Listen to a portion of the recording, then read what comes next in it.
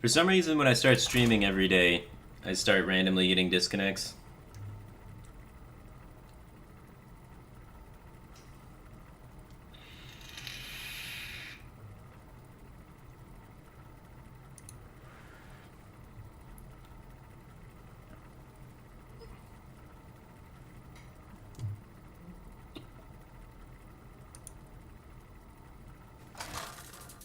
Spent Yogg both times.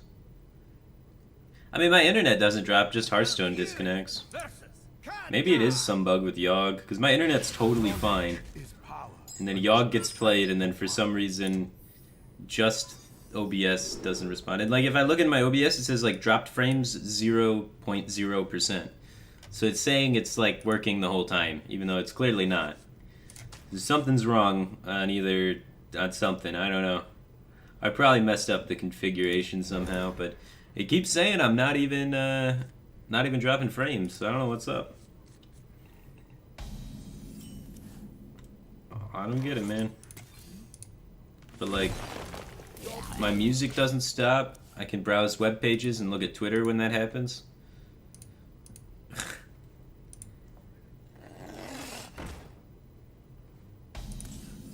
Like legit, every time my internet goes down or the stream goes down, I usually just browse Twitter while I wait for it to come back up.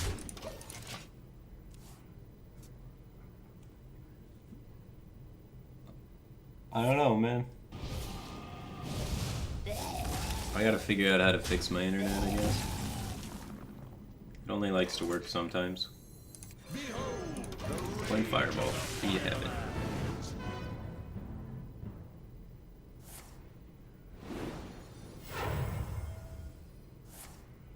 He does have it.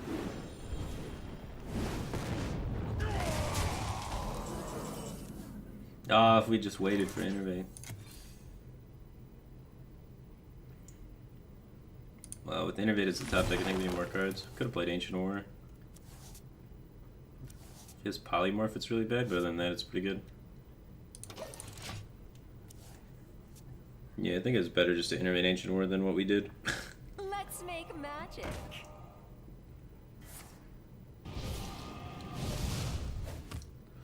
Wrath, best top deck.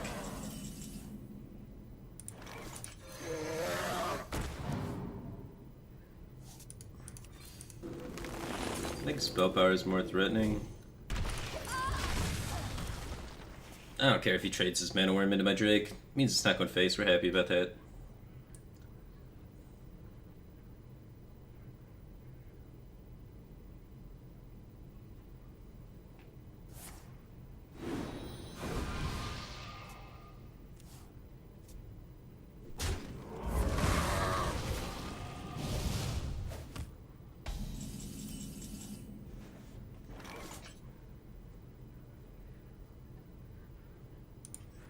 Well, this is about the best time to play Ancient War, because we can actually recover from the punish of Polymorph here, since it's an empty board Ancient War. He doesn't get to push any damage with the poly. Sick, his Overload card's gonna get so much value.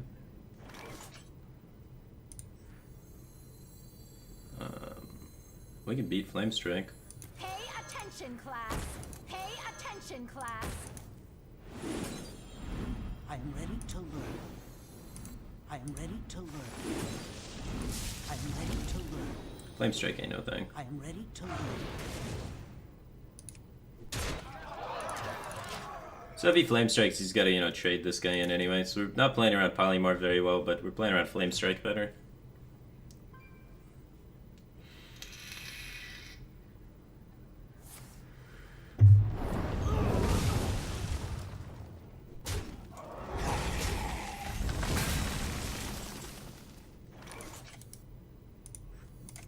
Alright, let's get Wisps of the Old Gods. I am ready to learn. I am ready to learn. Yeah, our guys don't die to the second Flame Strike, so we get the teachers around again. Oh no, it's only +2/+2. They do die to the second Flame Strike. Maybe it was better to go with the trees, but Wisps is... No one runs 2 Flame Strikes, right guys? Right guys? We push a lot of damage too. I serve the Fire Lord. Someday I'll be just like you.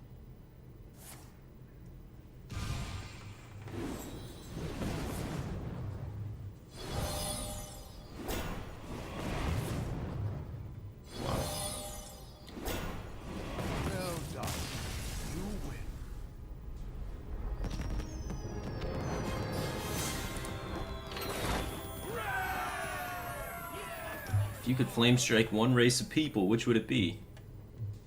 The people in Twitch chat that ask silly questions like that.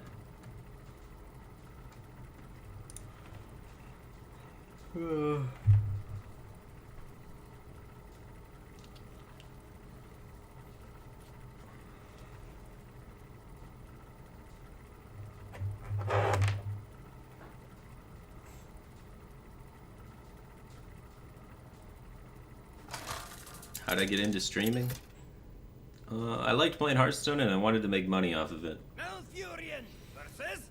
And part of making money required producing content. One of the best ways to produce content was live content. So now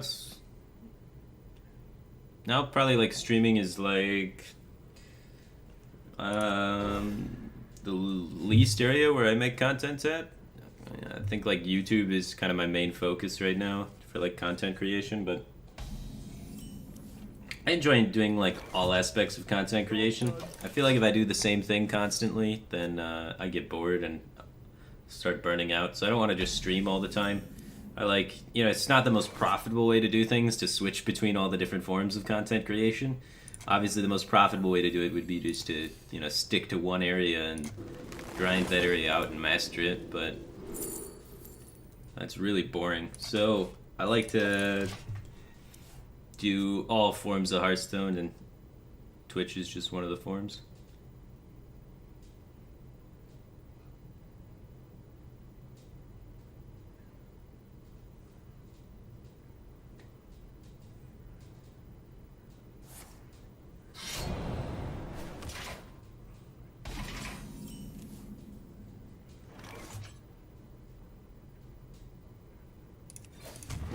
I can be patient with this Power of the Wild. With the Emperor, we're probably going to get some pretty good value off of it.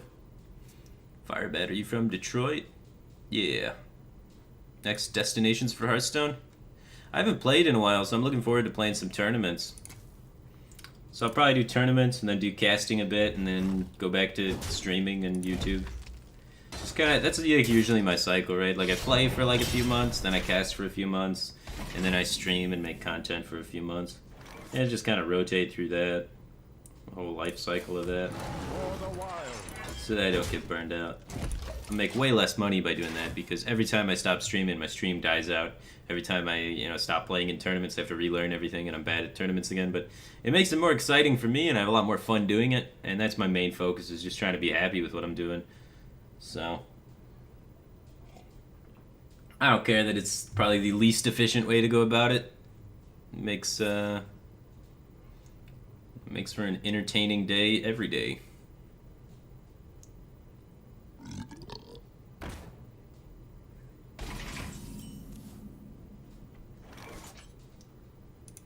Alright, well, let's just build up this Emperor hand, right?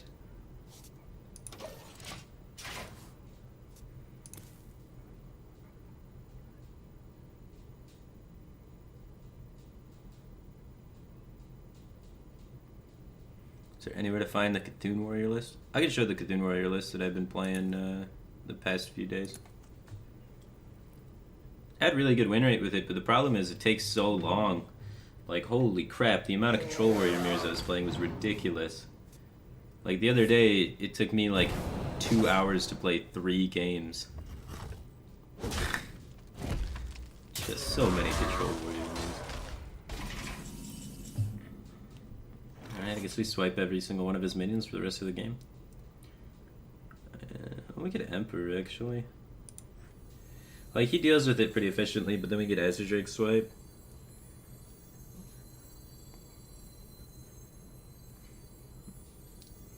I think it's fine.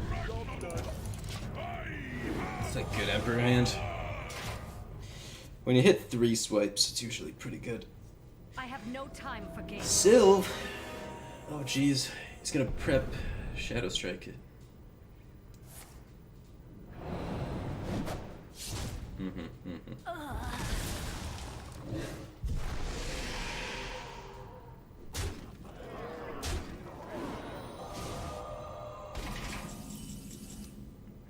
Alright, buddy.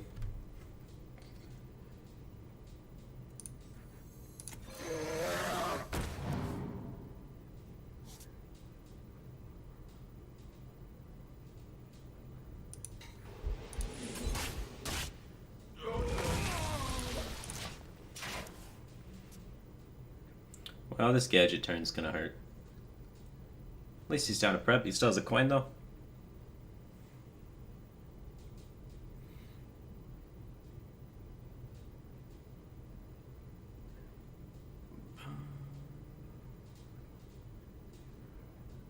Hey, you want to buy a funnel cake? Ha, this guy's toast. Ha, this guy's toast. Holy smokes.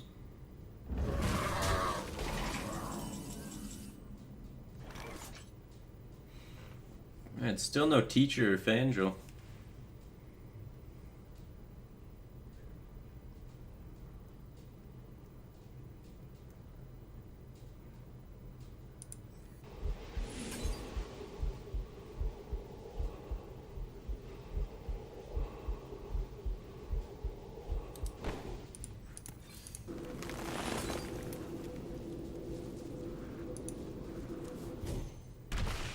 It's not helpful.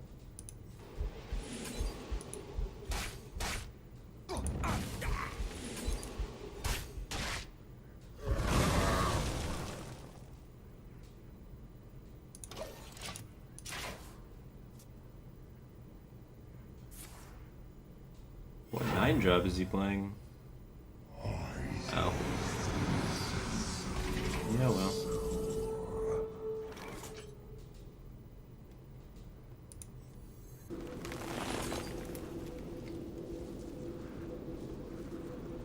Still.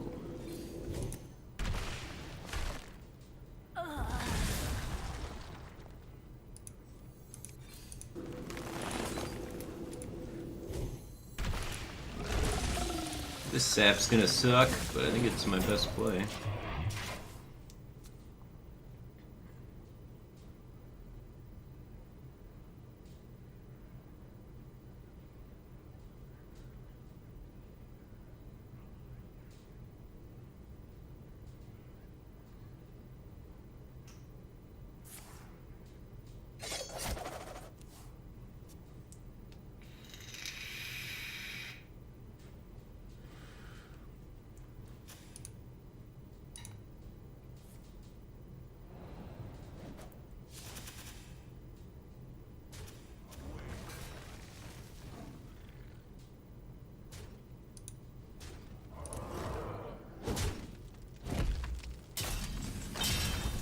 And there's the teacher, just a little bit too late. Got Wrath and Roots, we could have to try and stay alive. I am ready to learn. If we get it earlier, then all those turns when we were removing his guys, we would have also been creating guys, which would have been sick. But it was just too late. I am ready to learn. Job done. I am ready to learn. I can see. Well played.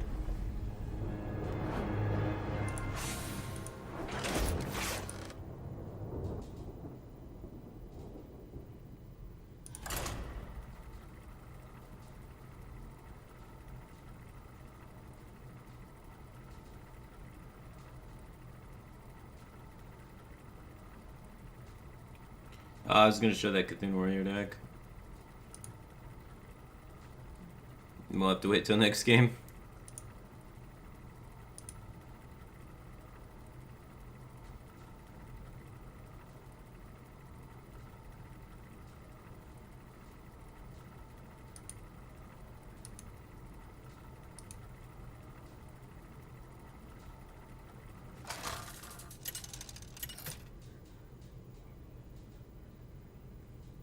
Malfurion versus Valera. Watch your back. I must protect the wild.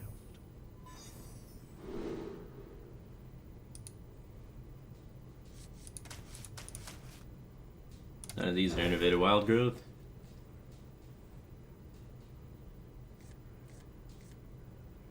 Whoa. Wrath isn't too bad against Rogue a lot of the times. Clean up them 3/3s. It's just not as good as wild growth, man.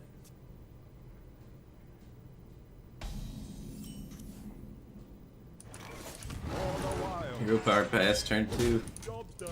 It's not good. Feels like a bad druid player, man.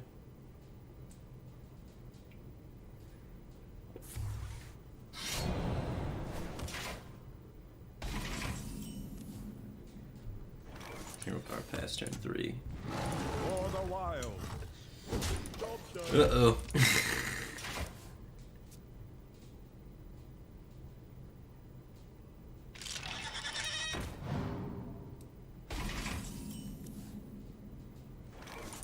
The land serves me.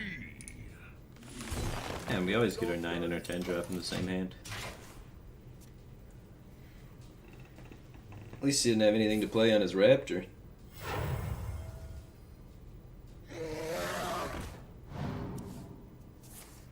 Ouch.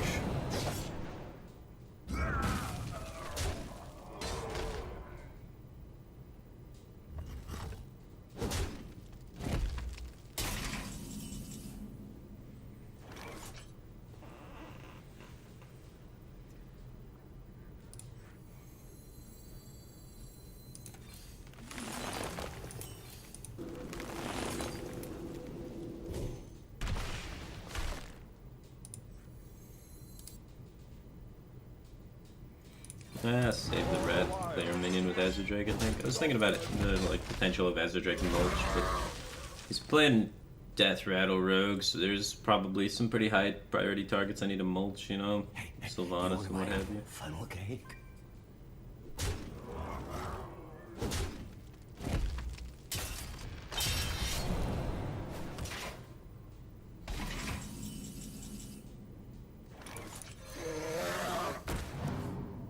I got 2 of them and look silly. Job's done. Just try and protect my Drake the best I can. Make him expend resources to remove it so I can get a cleaner Onyxia down.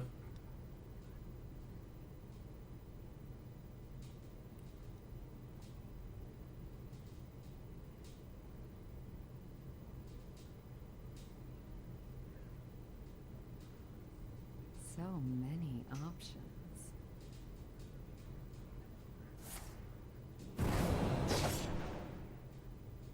Ha, this guy's toast.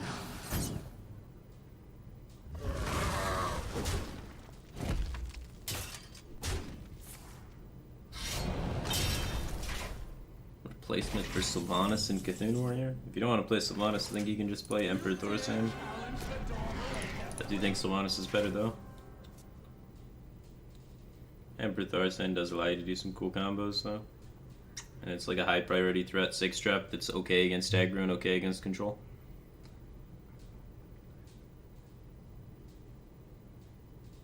No fan. Every time.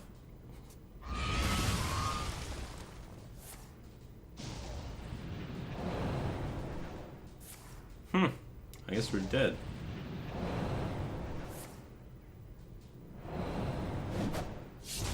Thank you.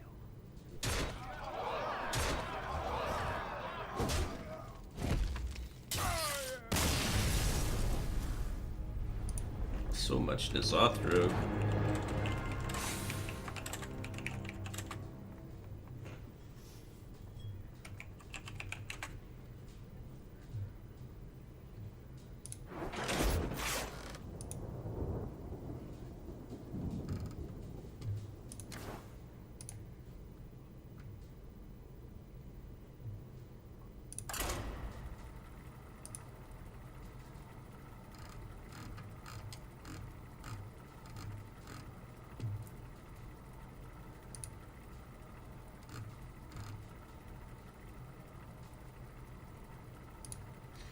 Well, if we verse another Nizothrogue, I think we gotta change decks. Stick does not fare very well against Nizothrogue. I didn't expect to see too much Nizothrogue. Might just switch to Warrior. Aggro Shaman, you know. Something that beats on it really good.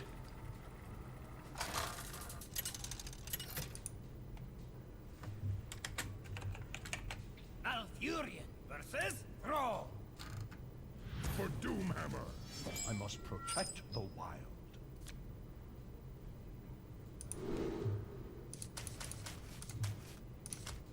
Probably keep Living Roots against Shaman. They have usually a pretty aggressive start. Oh, jeez. I think we have a more aggressive start. Druid things.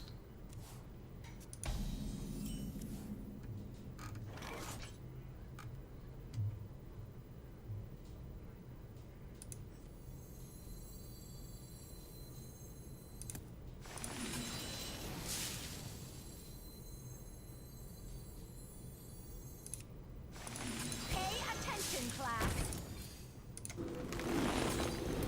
I am ready to learn.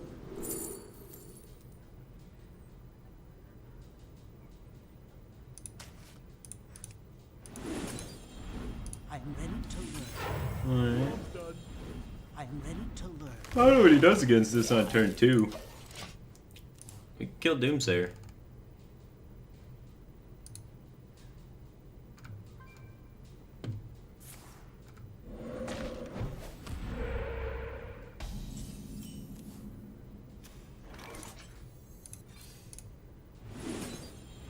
I am ready to learn. Instruction begins. I shall do as you say. I shall do as you say. I shall do as you say. SVS Storm. He's in it. He's in it.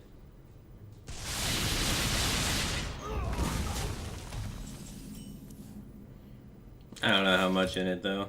He's overloaded and he's at pretty low life total already. He's already at 12.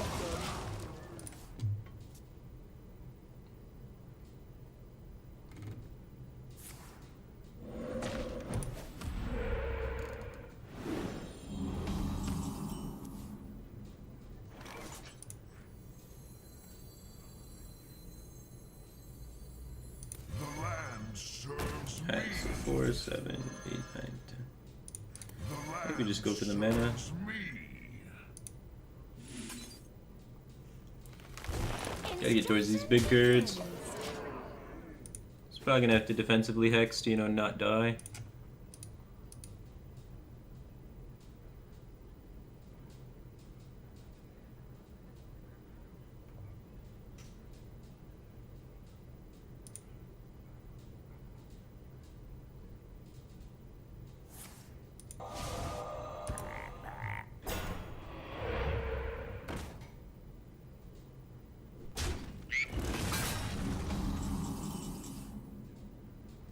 Feel my wrath.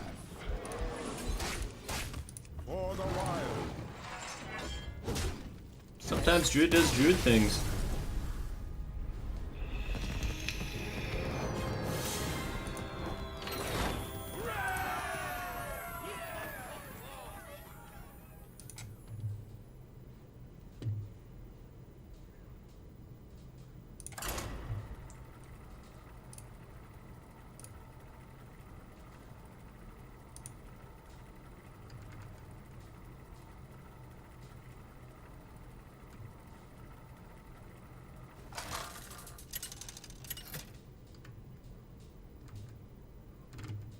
Malfurion versus Morgul.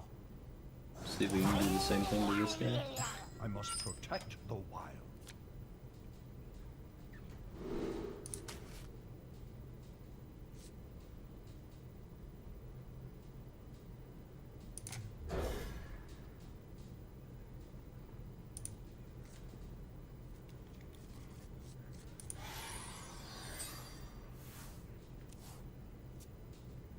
Who's up for an adventure?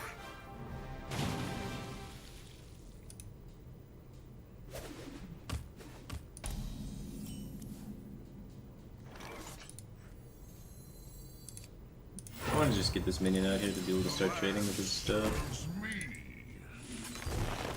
Job done. He doesn't have Totem Golem, it contests pretty nicely. If he has Totem Golem, kinda sucks.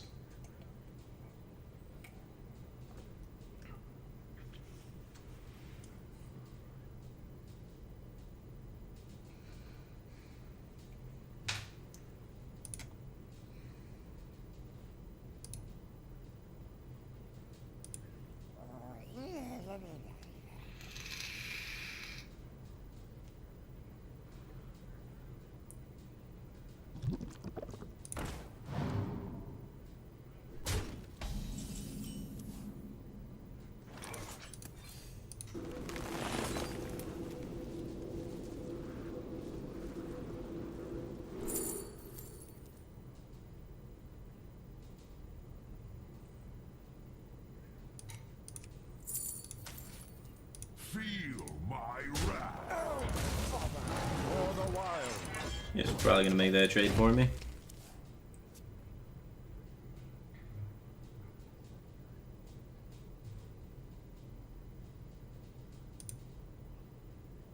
Well,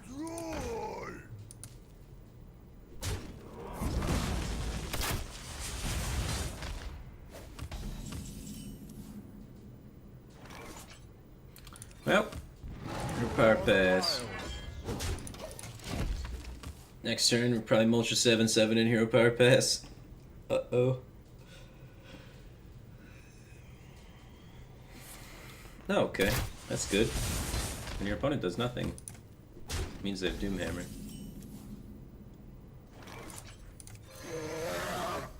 Job's done.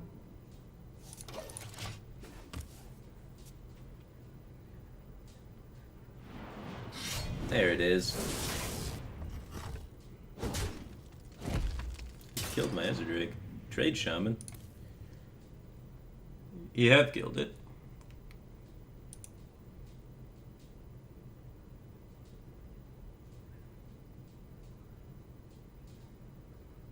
Oh, don't forget to show Cthulhu Warrior that guy. Yeah. I'll make sure I show it.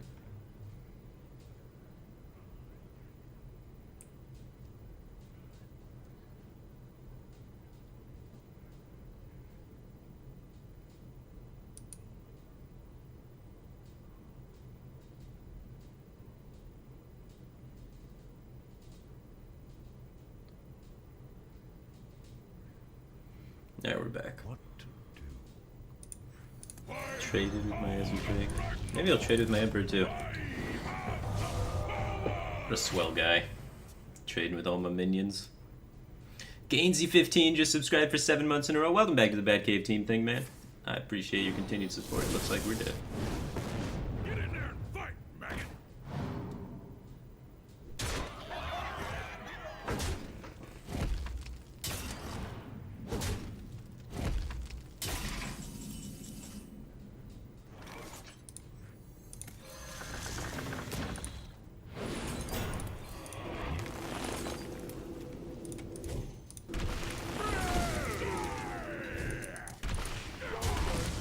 Hopefully no second lava burst.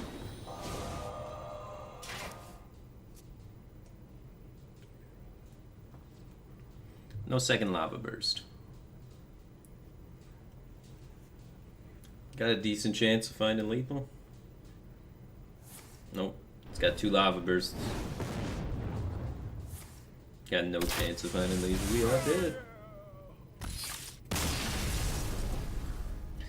What type of card do you think would help Priest without making it the most overpowered? Well, basically, one of the things Priest has is a lot of no win conditions, and they have a lot of ways to like buff their on-curve minions that are really good, right? So, if you look at the Priest class, you know, if you give them solid curve minions on like 1 and 2, they start getting kind of overpowered really quick because Power Word Shield is so good, and you know, this guy is really good if you have a really strong curve, actually. And this card gets pretty insane if you have a really strong curve for value trades. And like curving out with Priest just becomes pretty crazy if you have an early game curve. So I don't think they should give Priest an early game curve. Also, that'll like remove its identity of being a reactive class. So I would like to see, you know, some sort of late game finisher in Priest, something better than Mind Control, because Mind Control is just such a shitty late game finisher. Prophet Valen's a shitty late game finisher. Confessor Paletrus is also a bad late game finisher. Something that is also like gives them an identity as well. So I'd like something that's like, you know, a legendary spell, for example, that, or maybe just an epic, but that deals damage like Avenging Wrath does damage. So deal damage randomly split among targets for every point of health your hero has healed this game. Something like that would be really cool. So you stall with Priest, and then you get to the point where you can finally use this spell at like turn 10 or whatever, and you just blow up their board, or you're able to close out the game instead of just, you know, what Priest normally does, which is they finally stabilize, they control the board, and then they can't win, and they just sit there heal passing for the whole game and then die still. So if you could actually make it so when they stabilize the board, they can actually win the game, and they get benefits out of the fact that they stabilized and healed a whole bunch, that'd be really cool.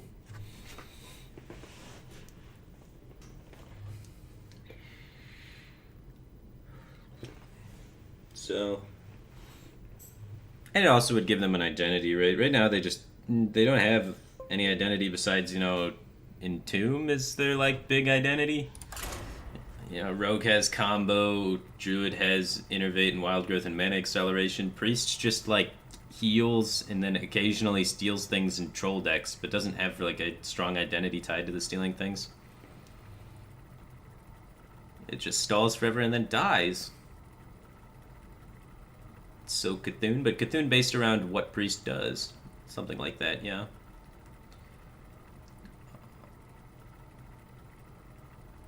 I don't know. Just need stuff. I don't want them to just give Priest a curve. I think if you give Priest a curve, it's really boring. Then it's like every other deck. We have too many decks that just play on curve. Just give the reactive deck a win condition, man. Roots is okay if he's Dragon Warrior, so I'll keep it.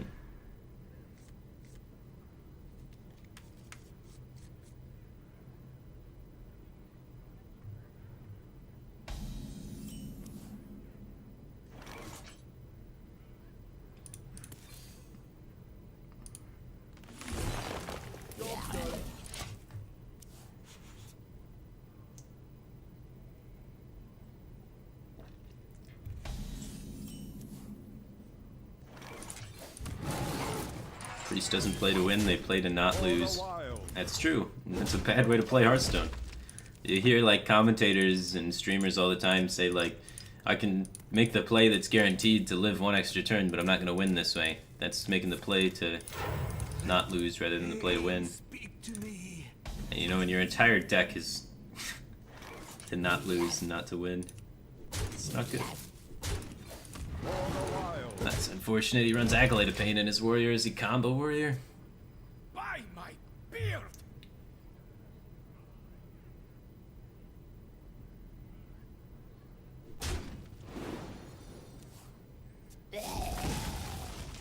Cthulhu!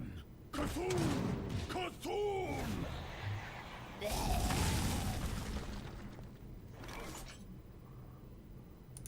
The land serves me. Job done.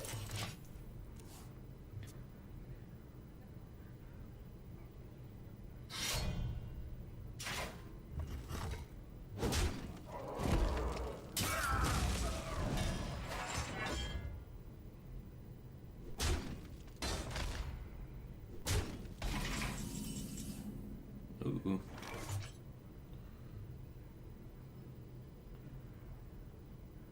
If we Emperor, this goes down to 4, that goes down to 3.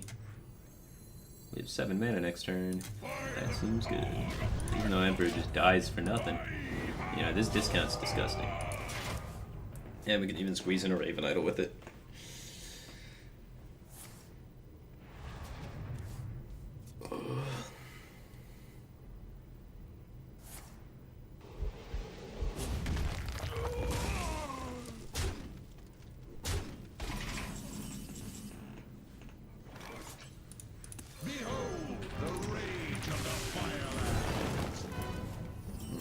Evangel's so good.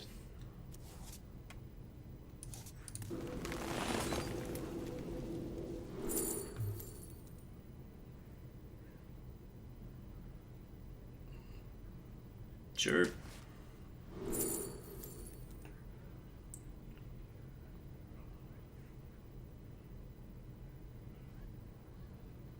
I just want the highest impact card against Cthulhu Warrior.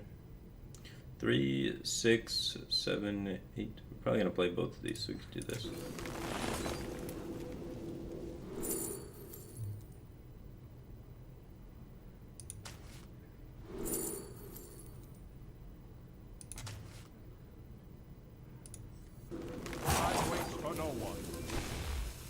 I mean, if I want to make him use a removal spell to kill Fandral, I should go here, but that gives him free farm with his Acolyte of Pain, so I think I'd rather deny cards and try and go for late game value plays. Time waits for no one. Firebat, I'm sniping you. Hey guys. What's up, dude? Welcome to the stream. Thanks for the support with your viewership.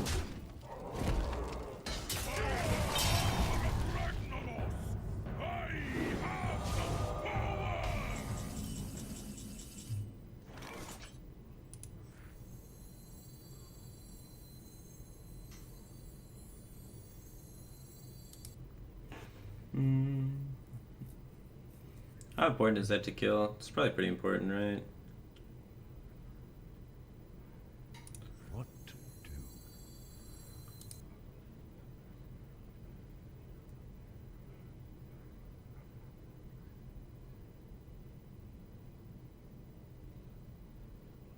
We could just make a big board.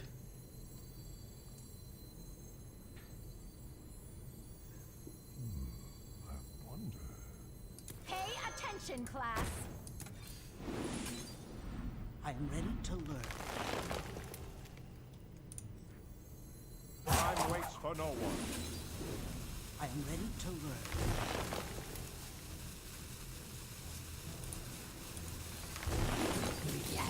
I am ready to learn. I think that's probably a little better. Time waits for no one.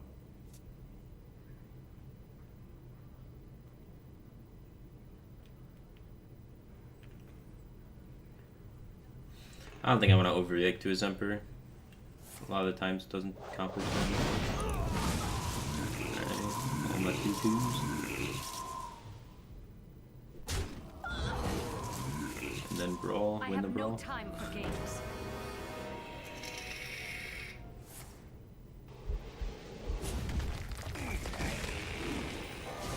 $10, $15, $20 damage.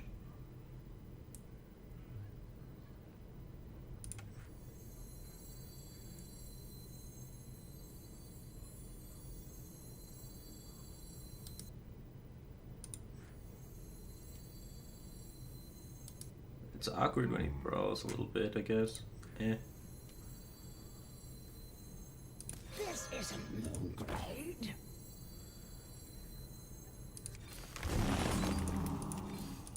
I don't want to kill anything because then it makes his brawl better if I take the trades for him.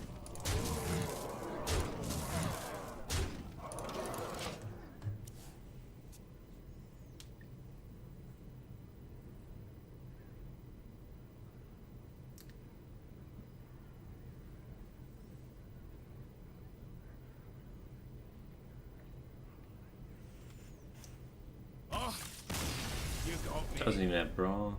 Even if he did though, still so much damage on the board. We got the Starfire.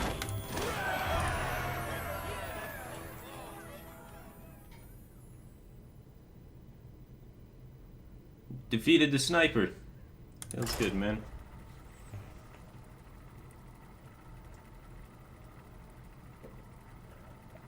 Playing into Revenge? I feel like playing into Revenge there because he's already played one copy of Revenge. Most people do not run 2 copies of Revenge, especially in Cthulhu Warrior. It's so hard to fit in the 2 Revenges into Cthulhu Warrior. You have to cut a lot of things. Especially while you have Emperor Thorison in the deck, because Emperor Thorison means you probably also have Doomcaller and Brand. So that takes up a lot of your tech slots right there. And he had Sylvanas with Emperor, so there's like another tech slot kind of taken up. So the odds of him having 2 Revenges is incredibly low. Tremble before the might of the elves. I must protect the wild.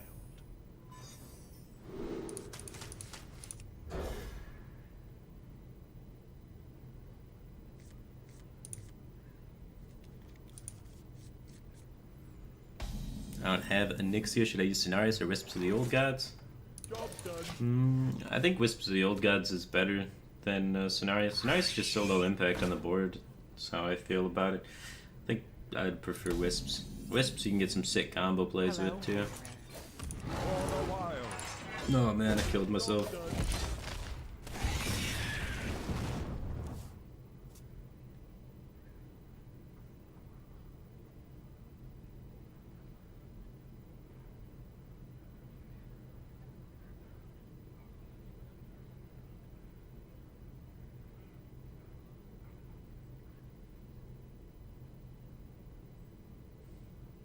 What to do?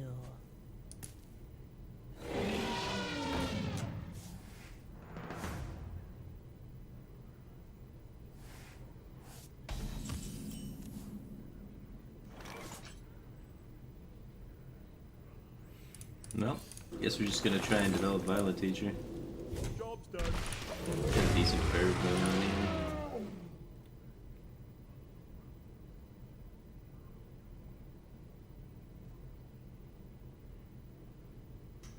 Which class get the best cards out of Kara?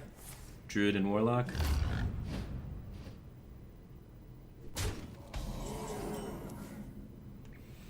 Well, hopefully he doesn't have Houndmaster. Attention class. Can't really play around it very well.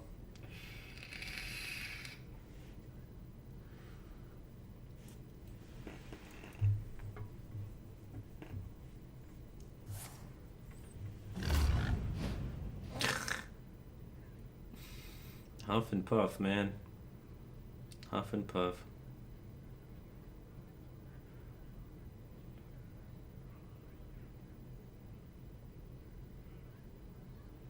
Abusive Sergeant? Fight, maggot. Just playing face on her.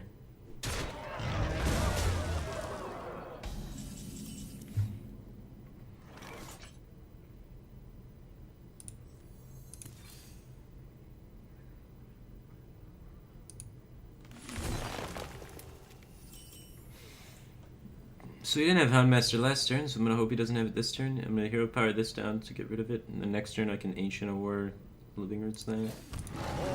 You take more damage, but set up a better player. I think I can afford 4. Depends if he has Deadly Shot or not. Abusive Sergeant, Deadly Shot usually don't go in the same deck.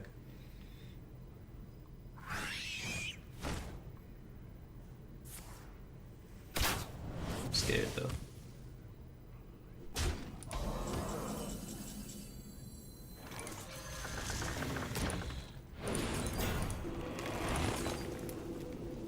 Job's done.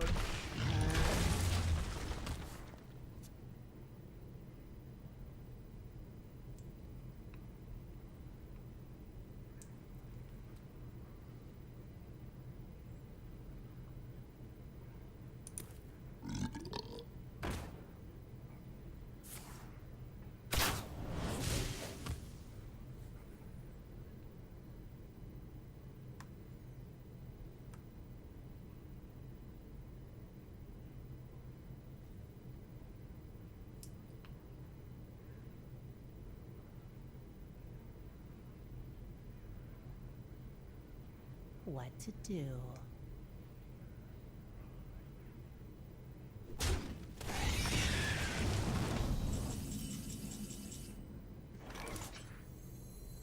Pay attention class.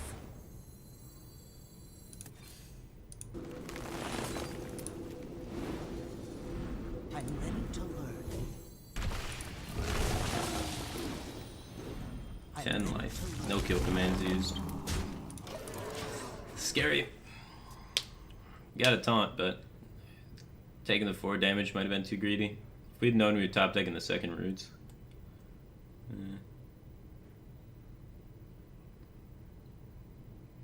Might have just been slightly too greedy. Extra board control for 4 life. It's really close, right? What to do? It's right on the bubble of life and death.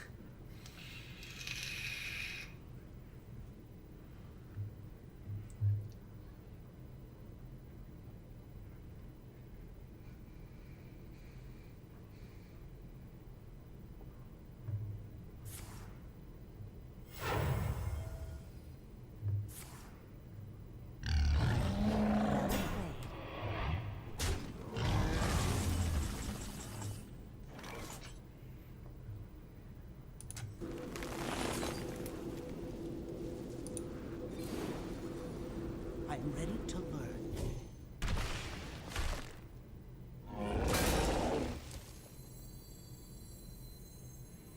Do I need a hero power here? Or do I not? So this goes face. Oh shit, I missed 1 damage. God damn it. Thinking too hard and being dumb. Alright, 2, 4. That trades there. And then we get the hero power that way. So we get 4, 5. And then we're left with 2, 4, 6, 8, 9, 10, 11, 12. Yeah, we don't need to play Drake, right? We can set up lethal without it. So we can get this hero power and gain a little bit extra life. Play around and leash a little bit. For the wild. So we got 10, 11, 12, 13, 14, 15, 16, 17, 18, 19 damage in the following turn. Even if he kills this, we lose 6, so it goes down to 13, but we gain 2 back, so we're back up to 15. So we have 15 damage even if he quick shots this. So we're good to go.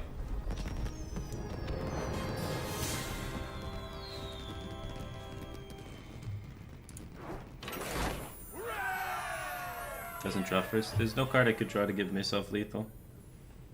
I wouldn't be 1-up lethal. I'd exactly 15 if he quick shots it.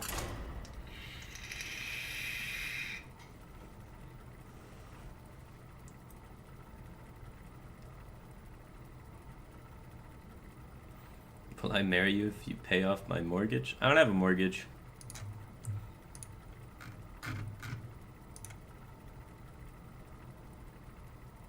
So no. Seems like a silly reason to marry somebody.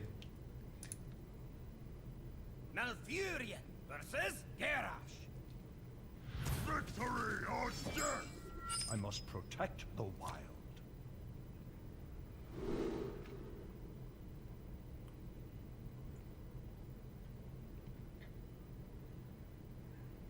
Seems good.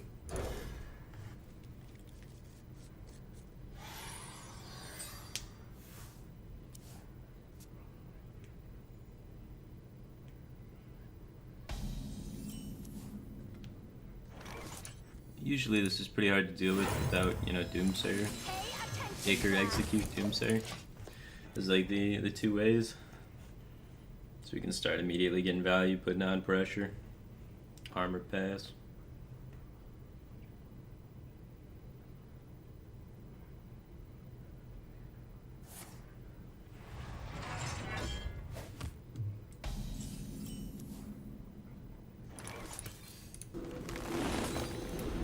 I'm ready to learn.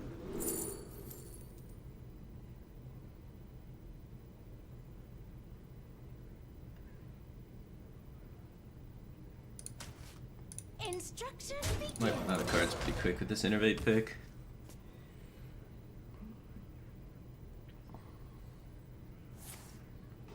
Slime executing. Unfortunate.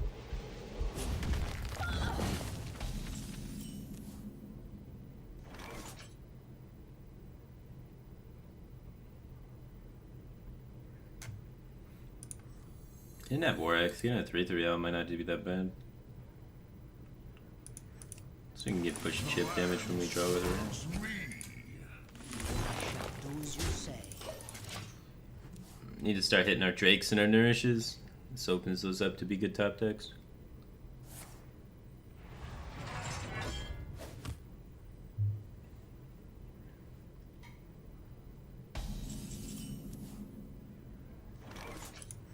Nourish.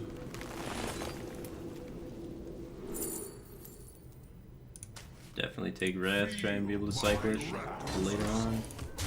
Being reduced down to 1 is pretty sick too for Fandral and Violet Teacher synergies.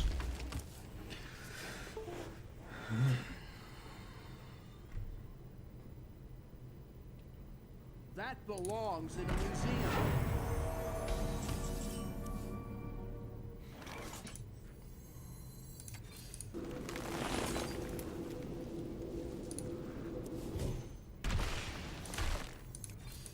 We need more cards that do things. So, I shall taking the double cycle route just to try and turn Wrath into something more useful.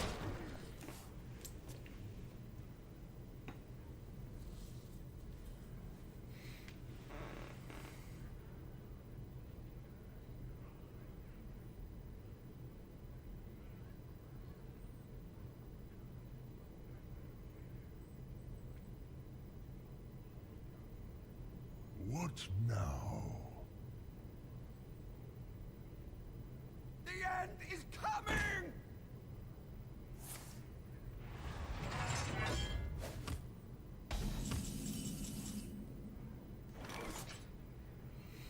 Why does he want to have a clean board on turn 7? I think we can refill with Yogg later on. We should be getting some card draw off Yogg most of the time, so I just like maintaining pressure here. second Violet feature, so that's pretty sketchy, but you know, we got Yogg on turn 9. Should draw us cards. We've played 8 spells so far.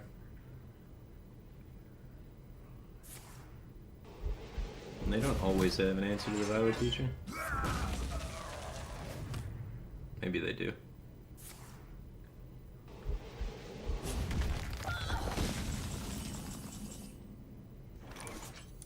Hit card draw, so that's good. I shall do as you say. He's used a Shield Slam and an Execute already, so he's probably running out of answers to even answer this Emperor. Also a Slam and a Bash.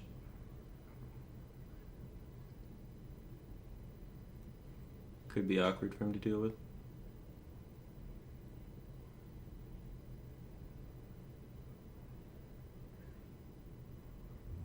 I wonder.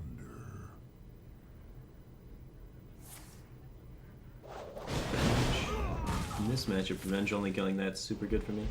Both Executes are gone, so Ancient Award is kind of hard for him to deal with if he doesn't have a lot of armor.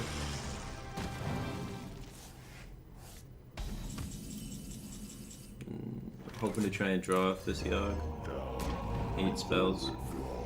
So we have a pretty good chance of drawing.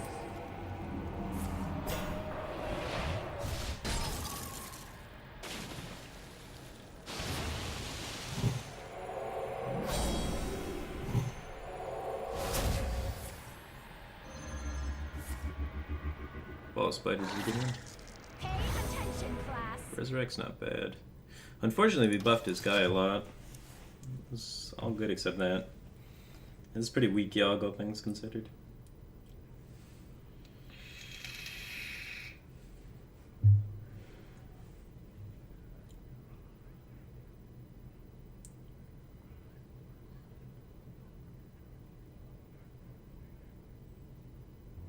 I wonder.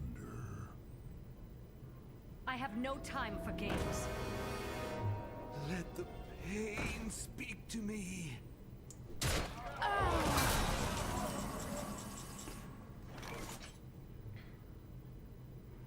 Instruction begins.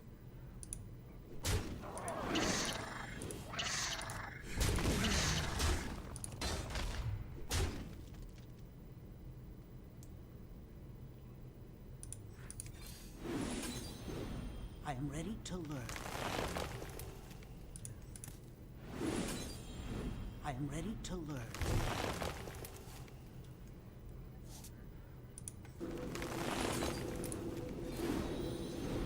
I am ready to Hopefully he learn. takes a 1/1.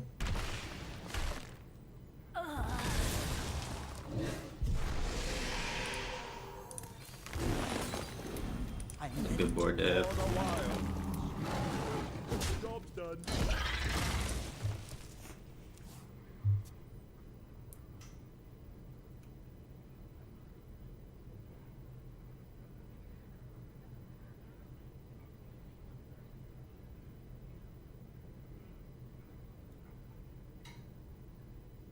Already used 1 Revenge. Hasn't used any ghouls yet though. Ghoul Brawl is like a real possibility.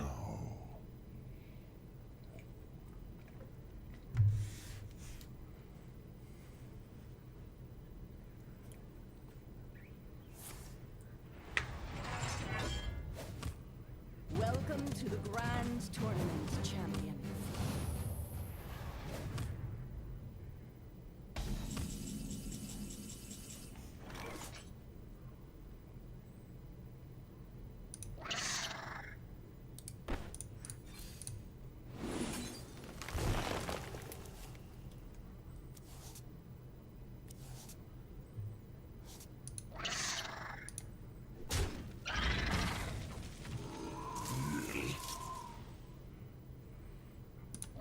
I want to have some threats on board. 3, 6, 7, 8, so we can draw this and be fine.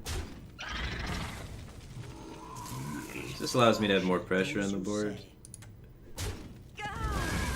Instruction begins.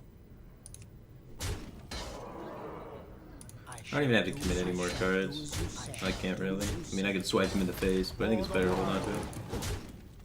Time waits for no one. We've already used both mulches for tempo, so we have to kind of use our removal to clear big things if they come out.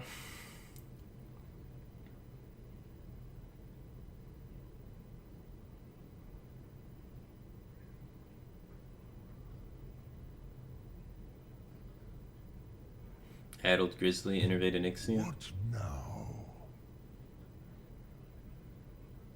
That's a wombo combo. Can wait no longer.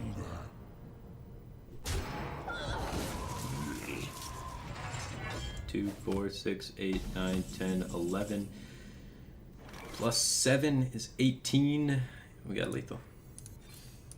I shall do as you say. I shall do as you say. I shall do as you say.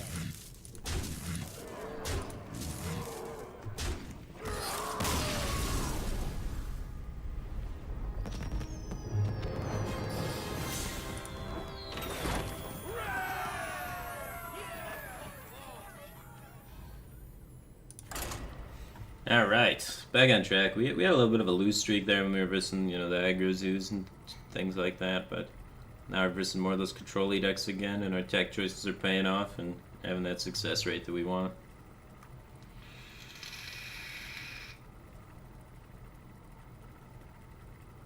Worst matchup versus Token Druid? I guess that aggro zoo that we versed earlier seems pretty unwinnable for us. So I don't know, net deck that guy's deck and queue into me, and that'd probably be the best way for you to get some wins. Malfurion versus Jaina. You asked for it. If you're looking to just beat exclusively Token Druid.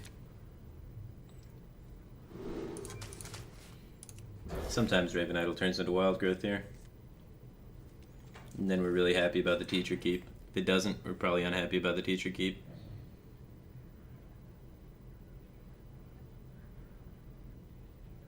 Even if he had the board clear, we just reload with Addled Grizzly, Innervate Onyxia for the 9/9 and 5/2/2s.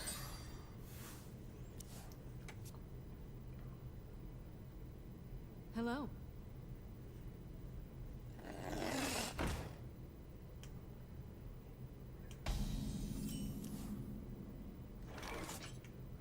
Wild Growth every time.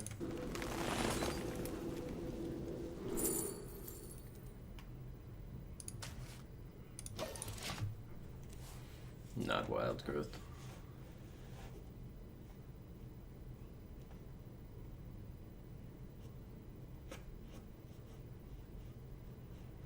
No, probably Raven Idol reroll and ping a 3/2. No 3/2.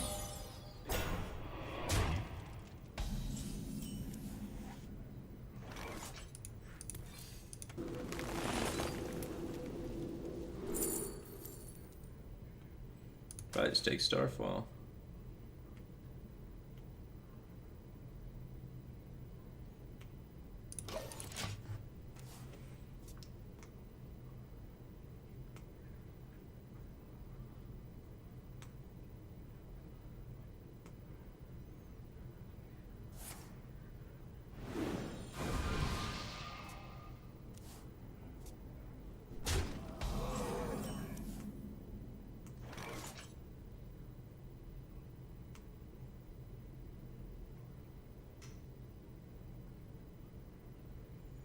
Five mana. Do we need to save this coin, or is the 3/3 just better? I think 3/3 is just better. Making Water Elemental a little bit more awkward seems worth it. Job's done.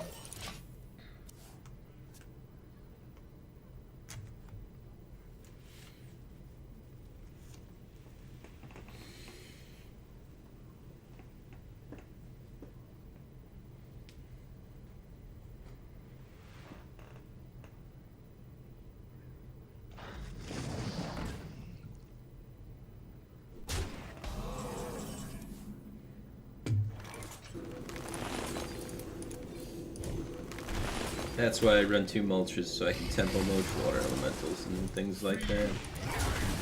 I think mulch is a really underrated card. It's looked awkward a few times when I've had 2 in my hand, but it's also been very successful a lot of times. It's like Druid with Sap, which is pretty nuts.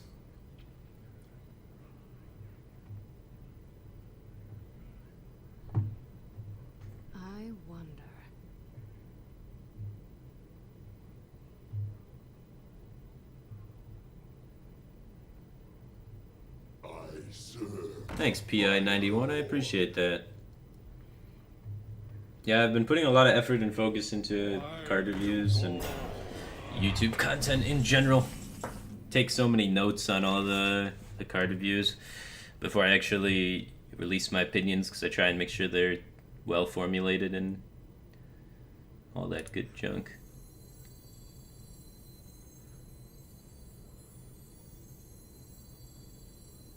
It's not the most powerful teacher in the world, but I want to squeeze in this wild card. So I don't really want to play Drake. I can save Drake for the spell power star for all of Doom.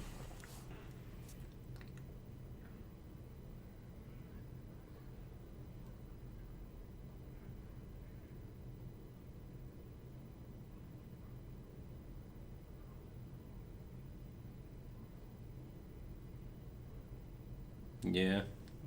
Card reviews didn't get much Reddit attention though, just because I was super late on them. Took too long. I gotta speed up the process.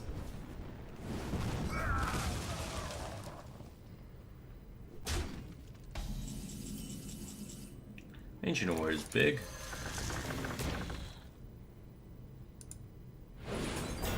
I shall do as you say.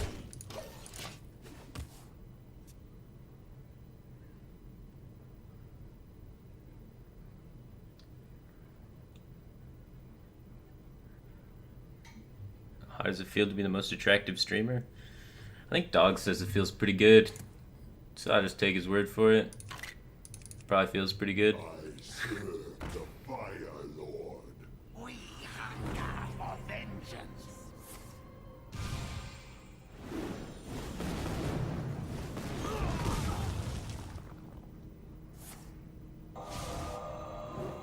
Wow.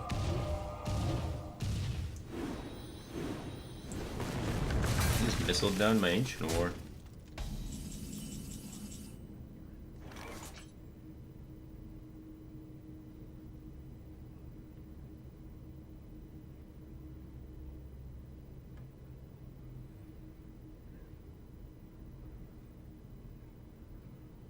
Well, we're probably dead.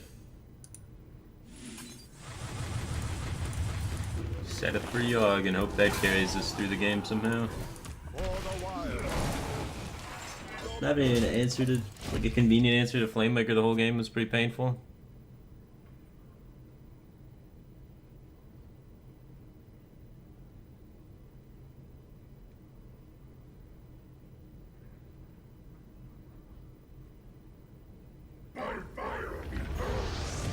Alright.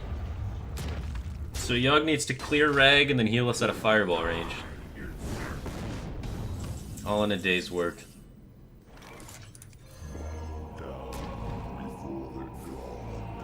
Good. There we go, we get some heal. Nah, never mind. We killed ourselves. Classic Yogg. Brings hope and then takes it away. Almost like it's Hope's End or something.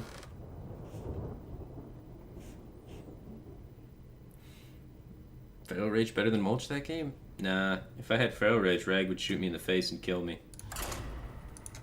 And Water Elemental would have shot me in the face and killed me, and I would have lost. I would have sat there dying to Water Elemental the whole game. So I think the Mulch was better than Feral Rage that game for sure. Gotta look at the amount of influence Mulch had that game. They gave me the tempo to actually just not die to Water Elemental immediately.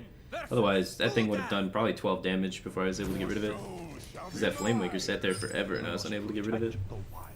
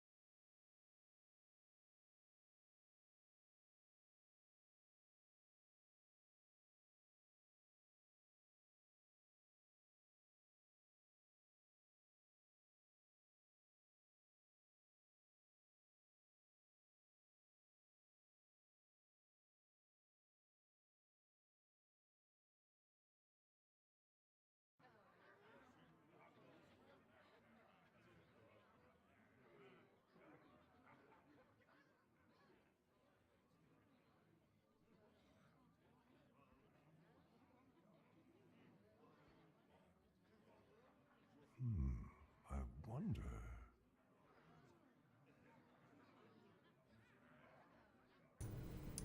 Time waits for no one.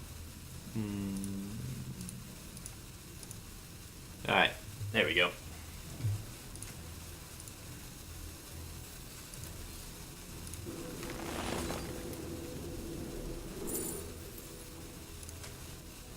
Time waits for no one. Double innervate start. Take care, Lucky Hipster. Have a good night, man.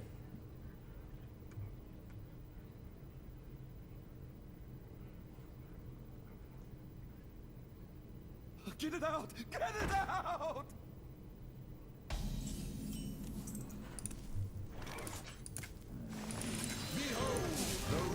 Let's get this guy at a power overwhelming range. Play 2 minions. Seems strong.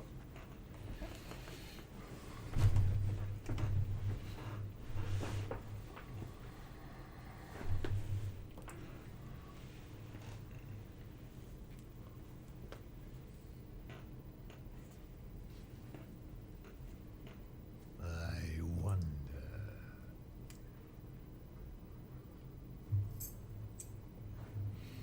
Turn 2, put 8-9 worth of power in play. Just druid things. Just druid things.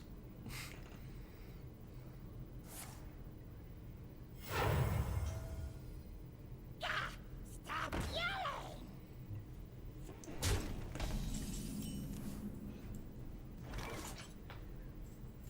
Nothing but ash.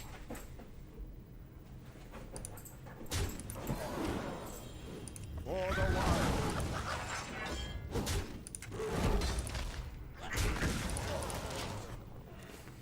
No ramp though. Never lucky. No ramp. Curve's just weak.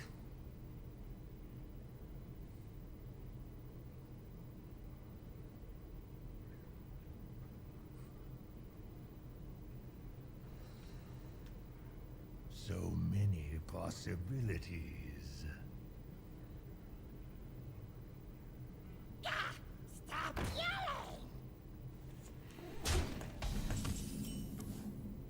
Ah, good. We were starting to run out of steam. Nothing but ash. I think it's good to just keep trading. For the Keep getting wild. value out of our hero power and what have you. Could have popped that guy. Might have been better. I mean, we're close to killing him too. They're tapping. That's ambitious. You win Okay. this time. Just druid things. Fun and interactive deck. At least we don't have the beast part yet. We can only do the fun and interactive innervate and fandral things. So we have the innervate, the fandral things. Then after Karazhan, we also have the warden as well. So, you know, we're gonna have 3 unfun, uninteractive mechanics in druid at play instead of just 2.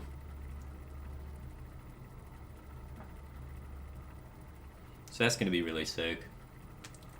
I'm sure everyone's looking forward to that. Malfurion versus Thrall. For Doomhammer. So just 3 game plans in Druid that directly go against Blizzard's design philosophy of creating things that are fun and interactive and nerfing things for not being fun and interactive enough.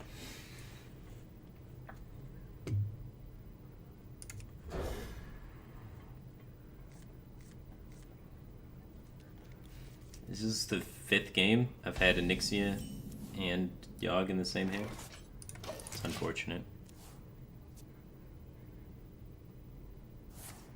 Still better than Force of Nature Savageor? I guess so. I mean, they took out Force of Nature Savageor and just added other ways that Druid could be non-interactive as a class. For the wild. Probably gonna have to mulch that.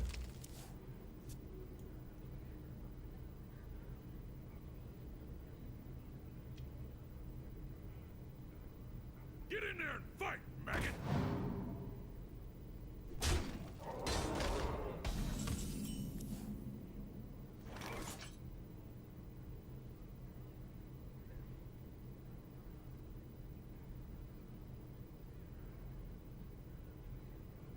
I don't want to eat another 3. I think mulching on curve's fine. We're gonna try and rush Onyxia or Yogg out, which is not a great strategy against Aggro Shaman, but it's what our hand says to do.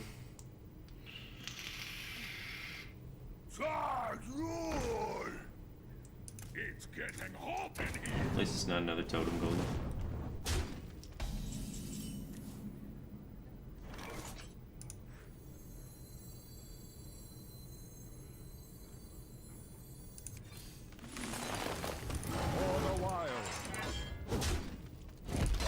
Next turn, hopefully we can remove some stuff, then we innervate Onyxia and pray.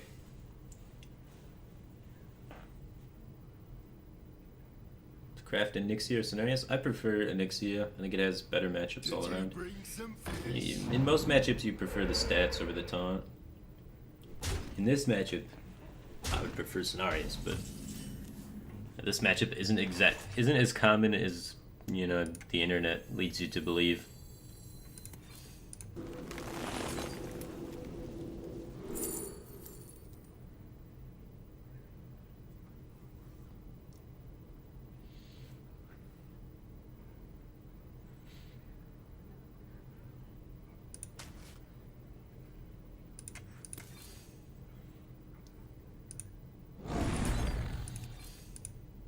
I just want to try and die the least amount possible.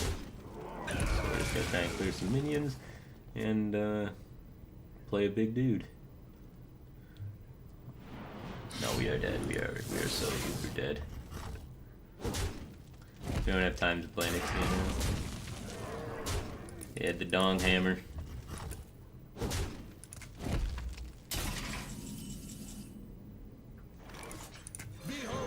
Not even broken Phantom stuff can save us.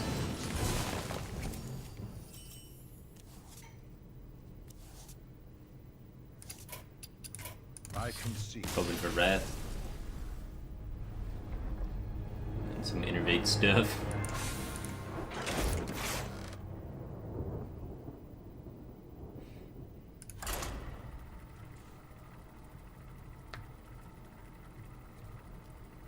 Why didn't I kill Trog? Figured the only way I win is if he doesn't have a way to buff it. Doesn't do anything on his turn, basically. So I win by having the time to play Onyxia, right? And if he has any sort of overloads, then I don't really have time to play Onyxia. Malfurion versus Thrall. For Doomhammer, I must protect the wild. Why not just Nourish Ramp? We had enough mana to play Onyxia the following turn, we just needed to not be dead. I like Wrath against Shaman. Killing their minions is pretty important a lot of times. I mean, when you draw, you know, Onyxia and Yogg in your opening hand against aggro, you usually don't win, especially when you don't have wild growth with that.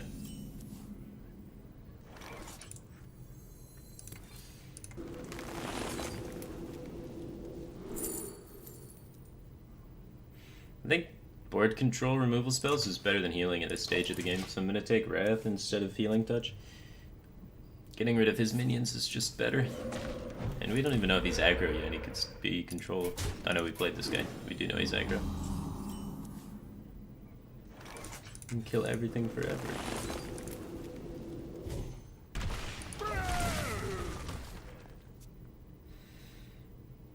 Hopefully he's got 2 4-mana 7/7s, man. Don't worry, loves. The cavalry's here.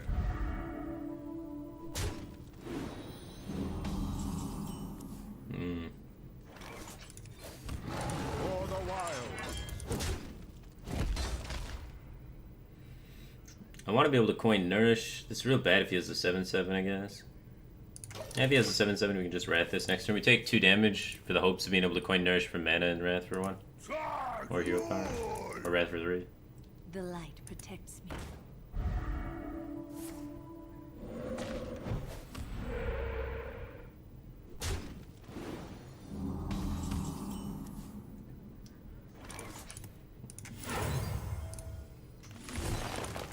And let's get rid of this Trog.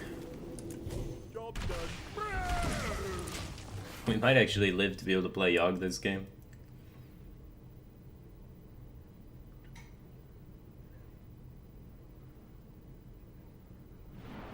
Never mind. Curving the Doomhammer on 5. You the best. Yeah.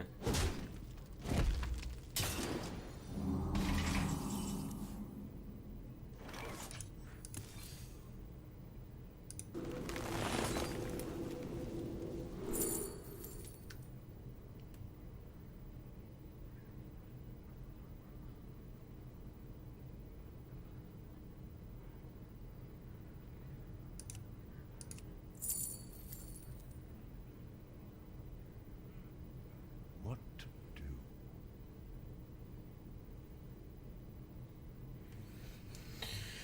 Okay, so we're gonna nourish for mana.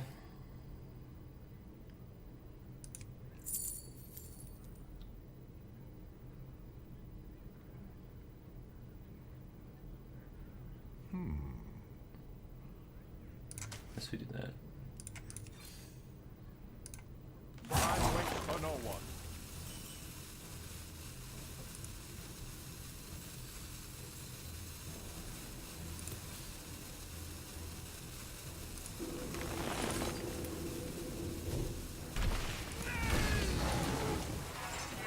For the wild. Yog's gonna play the board. No one. Could have popped off the shield. In case we don't play Yogg next turn. Or just so Yogg has better chances of clearing, right? I guess we're dead. Lava Burst too. Turn 6 kill is pretty strong. Top deck burst.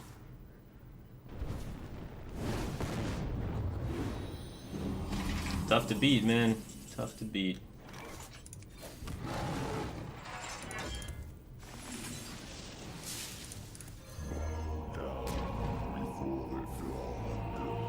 Good start.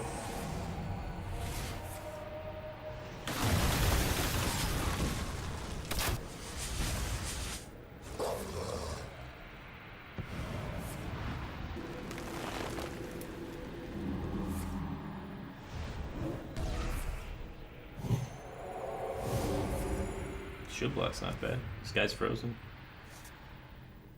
For the wild. Maybe we live.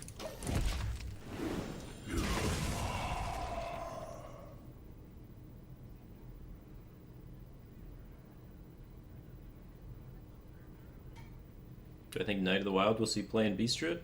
No, I think Knight of the Wild's a pretty terrible card. I top decked another burn spell.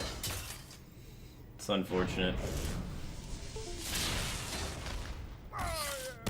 Top deck burn into top deck burn to top deck burn.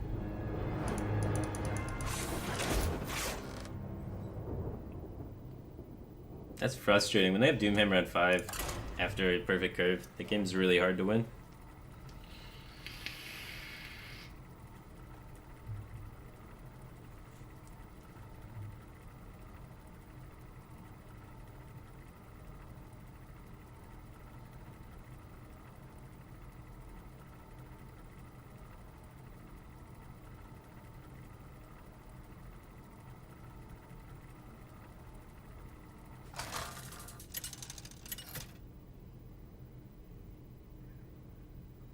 Malfurion versus Valir. Pantry Spider see play and Pantry Spider Druid?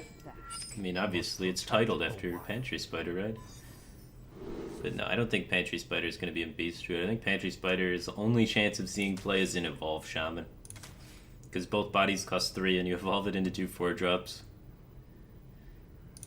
So I think that's where Pantry Spider's only chance to shine is in, but I don't think that deck's going to be good.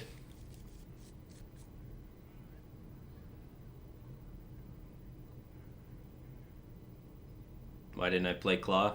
Because, let's say I live through the burn spell by 1 life by playing Claw.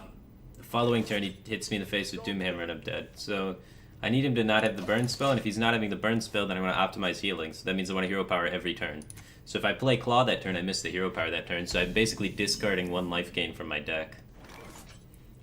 Which isn't what I want to be doing. I want to accomplish maximum life gain so I can start getting out of range of the burn spell plus the last 2 charges of the Doomhammers. That means I need to gain, 5 life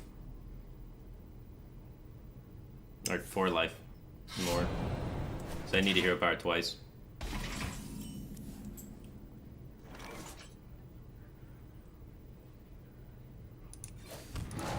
This innovate's gonna be pretty cool with Vandal pretty soon.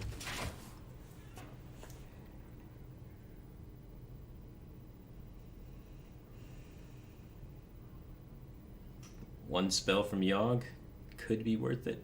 Can't be Tree of Life, man. It's not in the format.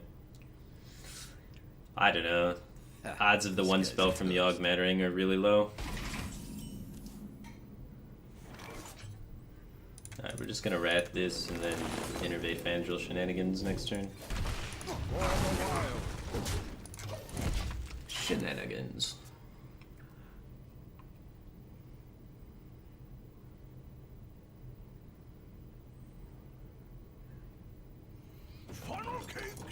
That's a card that could be in your deck.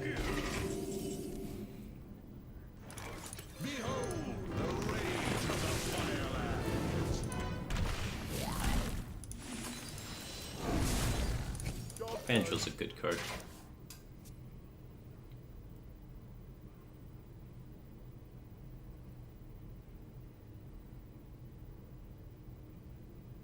Man, Nixie and Yogg are best pals. They always travel together.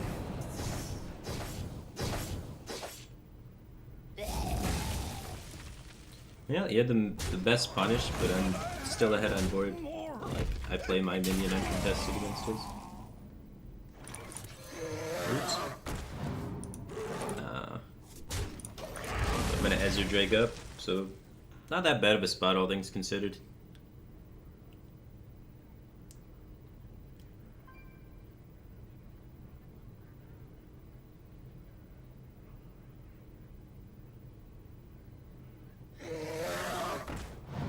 Coin Eviscerate, Rip, Backstab, Trade. Do nothing. Cool.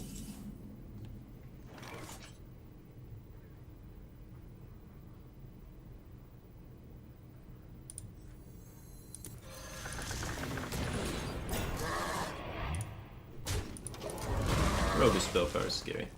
Especially when it's about to sap my Ancient War and gain a ton of tempo. I got the best deals anywhere. Auctioneer, coin sap.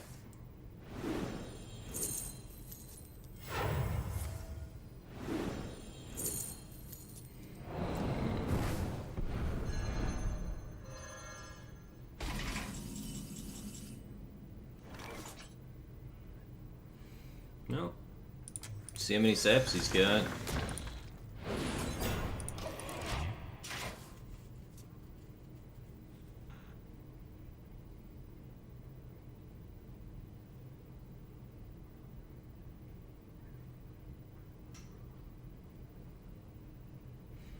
If he has to sink a lot of damage into this, we can potentially be alright.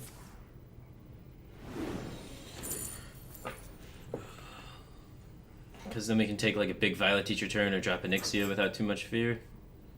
Of just, you know, dying immediately and set up our own potential lead from it. Oh, prep Shadow Strike, take our guy. Oh, cool, he didn't do that.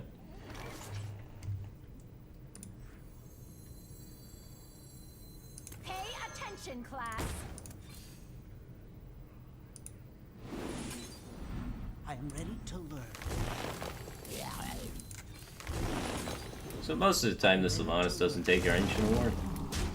Most of the time it takes a 1/1 that comes back as a 2/2. It's pretty hard for him to clear all of this. He's already used a Dark Iron Skulker and a Drake. And he didn't have any preps for his gadget turns, so it's likely he doesn't have any preps in his hand. So I'd say most of the time he doesn't full clear and get a guaranteed good steal. So that means most of the time he gets a pretty shitty steal.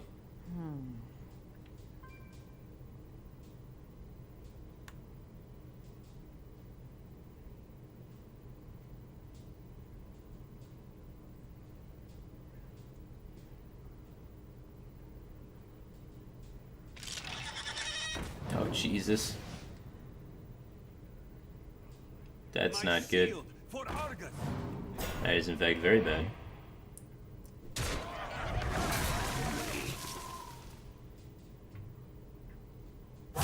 Too soon.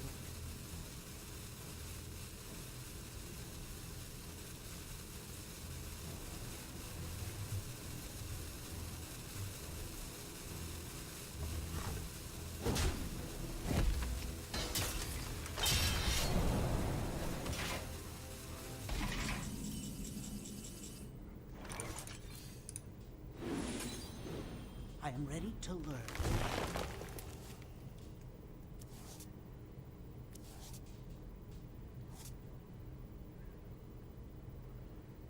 Instruction begins. I shall do as you say.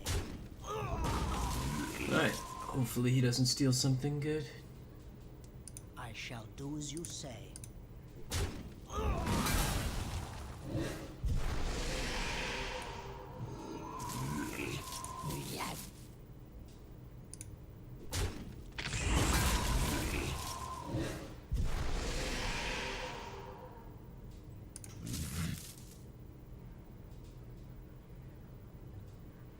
I think that's okay. Waits for no one.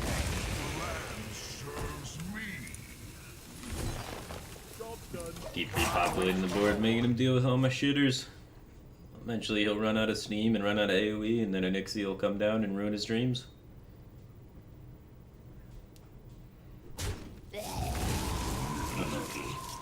Okay, he's trading with a 2-2. I was afraid of that spell power fan. It might be a Reno deck. It's got all 1-ups so far. Thank you.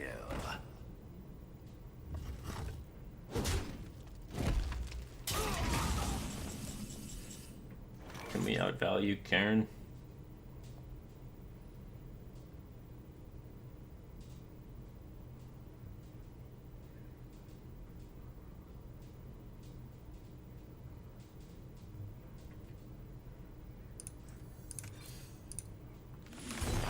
I think this is better than playing Emperor. Just need like removal of any kind. Buff cards.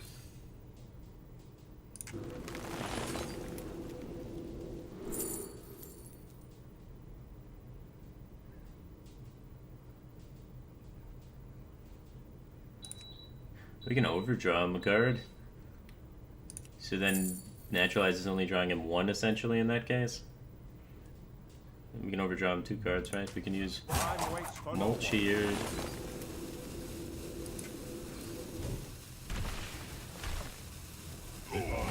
And Naturalize here.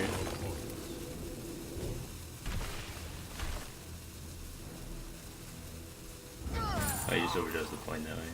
Should have mulched to the other way. My wrath. My hand is too full. We overdrew prep. We were supposed to do it the other way around, and then we overdraw him 2 cards instead of overdrawing him the coin. I think a card's more valuable than the coin.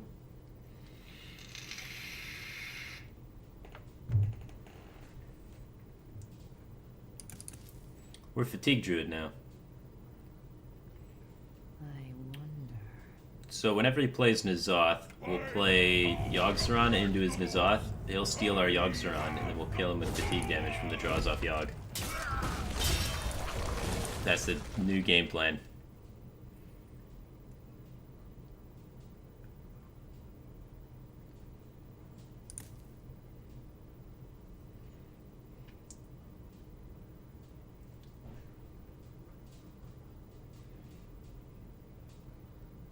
I wonder.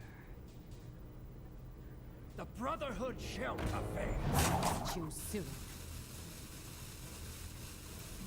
Wow, we may just Yogg this. This is a pretty good Yogg.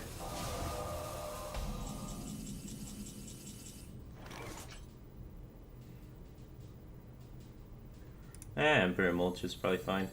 By the power of Ragnar, I have the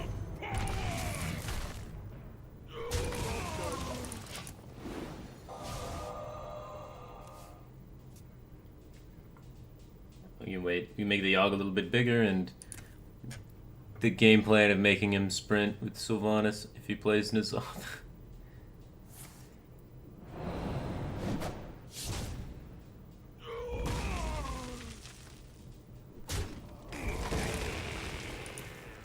That belongs in a museum. Jones for Mulch.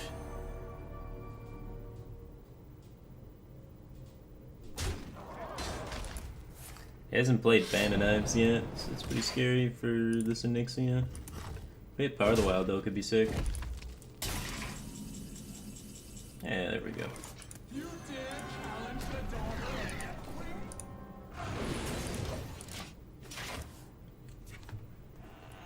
He's got 14. I don't expect his deck to run too much burst. Incredible. No, no stop deck fan. Not great for us, but he's drawing 2 more cards. But it doesn't look like we're going to be able to save N'Zoth for when, Yogg for when he plays Sylvanas again to get him to try and overdraw.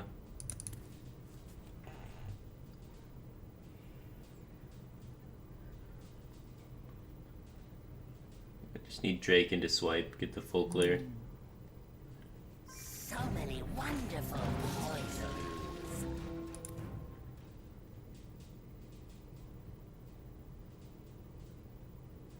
Shall we put a kink in their plan? I'm pretty sure we need to... Oh, he's trading. Yeah, I'm pretty sure we still need to Yogg. We're gonna die.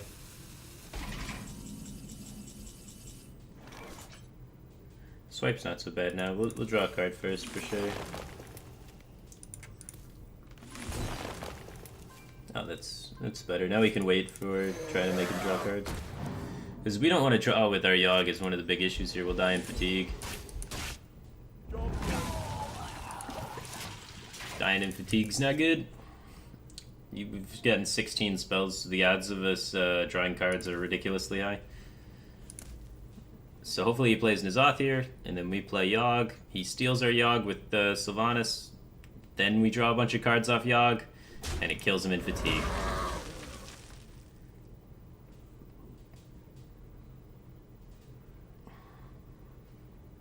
This document looks legally No. bounding. Not yet. We're gonna be rich. He's gonna Reno first, yeah. That's probably better. Okay, he's got Reno again.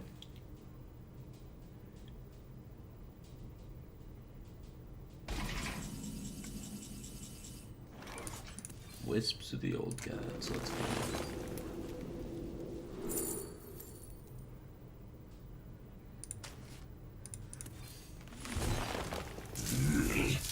The land serves me. I think we'd play it. I don't want to draw a card yet, though.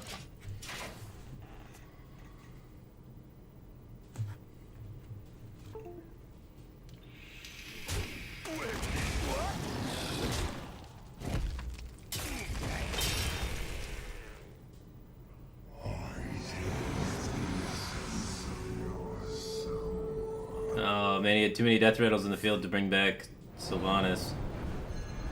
That's unfortunate. So the Yogg's not gonna draw him cards. So I guess we try and go for lethal Yogg, I guess. We have to get like Bloodlust and things like that. No Sylvanas for the overdraw plan. You can make him draw cards with this guy, but there's no way we can keep up with all these minions, right? What? We have some possibilities here for like gang up and stuff like that. I think I'll just take the extra spells and then go hard. I think we should probably just wrath something.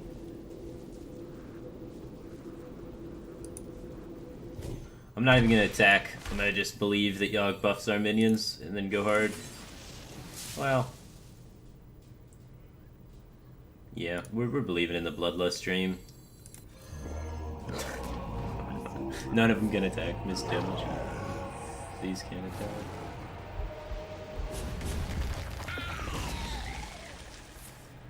Uh-oh.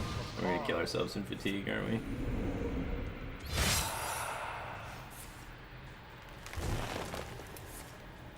The whole game plan was thwarted by the fact that his Sylvanas never spawned. Never lucky. Spawned all of the other death rattles.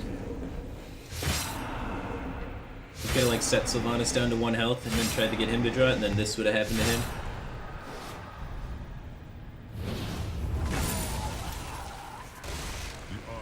My hand is too full.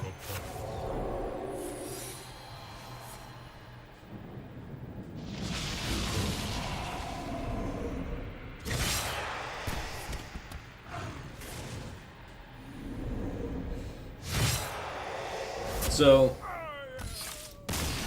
his N'Zoth, if it it spawned 5 minions, right? So he had 6 Death Rattle guys destroyed. So if he had another empty board slot, he would have got Sylvanas for sure. Or, you know, if the RNG went in our favor there, then he would have gotten Sylvanas. Because he spawned every Death Rattle except Sylvanas, which was unfortunate.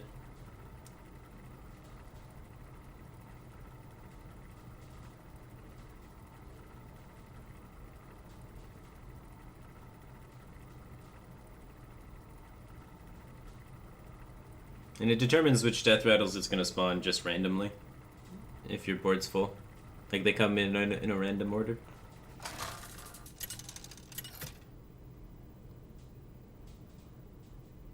Malfurion versus Garrosh. Victory or death! I must protect the wild.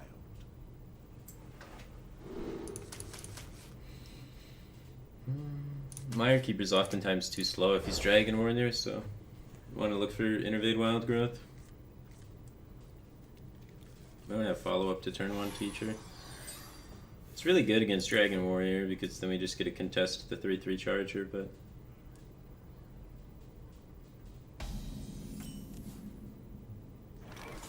I think being patient's better.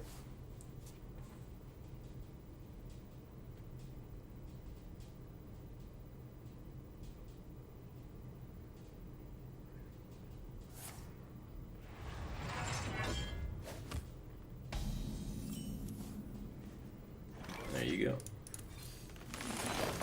Just druid things.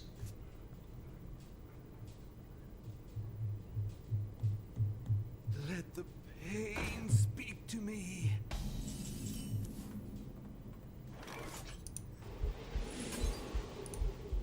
That doesn't feel good. Yeah, it's better than mulching it though. Because we have Violet Teacher Innervate Mulch on something big.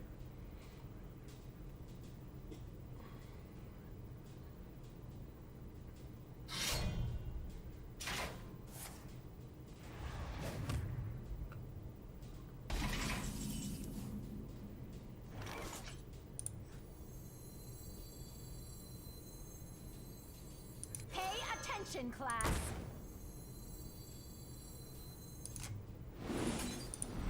I am ready to learn. I am ready Alright, to got some decent value here. And sometimes they don't kill your teacher here, but most times they do.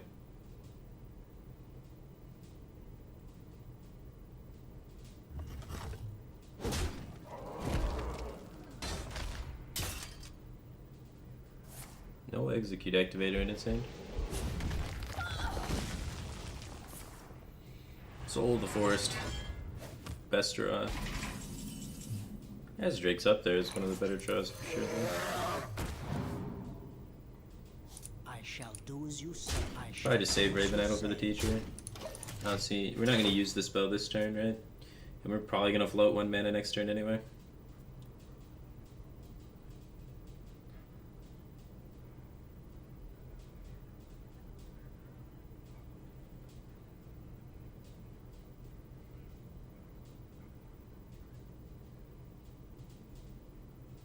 What now?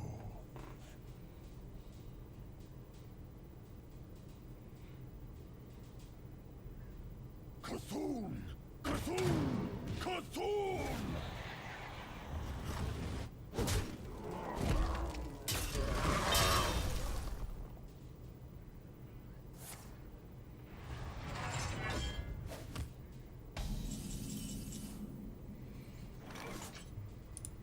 Execute's already been used. I shall do as you say. I shall do as you say. Could have traded to play around Brawl, but I feel pretty okay with him brawling this board just because of what the matchup is.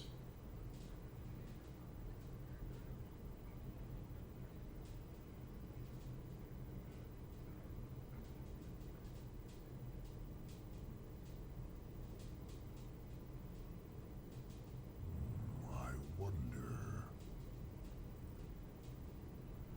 You must attack the minion with taunt, sir. Second execute. Unfortunate.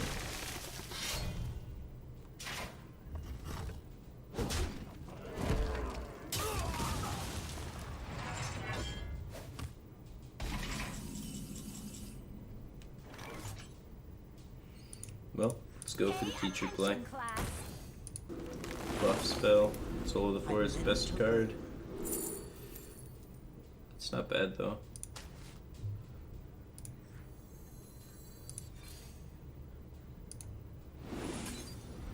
I am ready to learn. Do as you say. For the wild.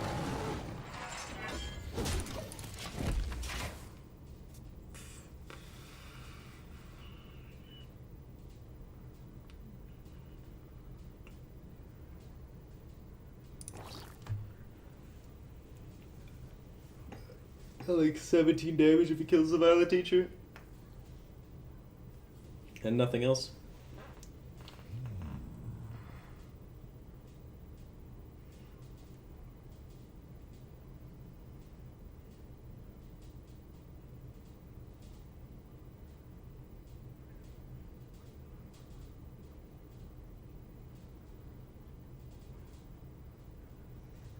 What now?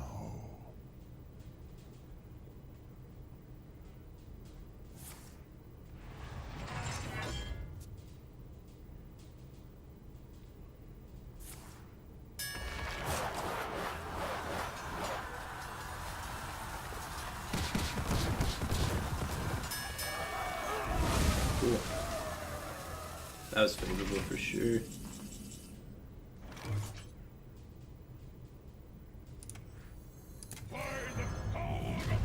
Instruction begins. We need to find our nourishes though. Run out of cards.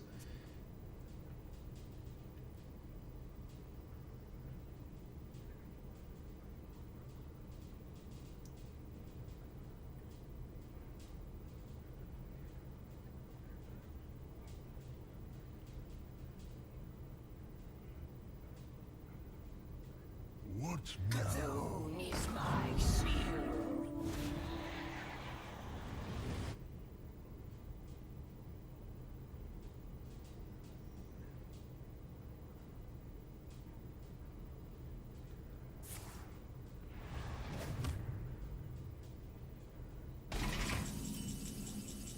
There's a nourish.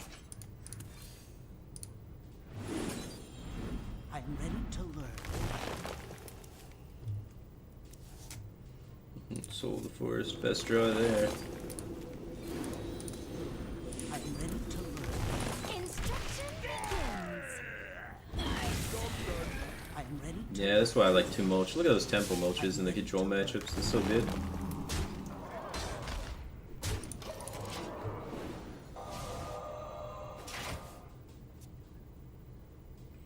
Then we got wisps to close.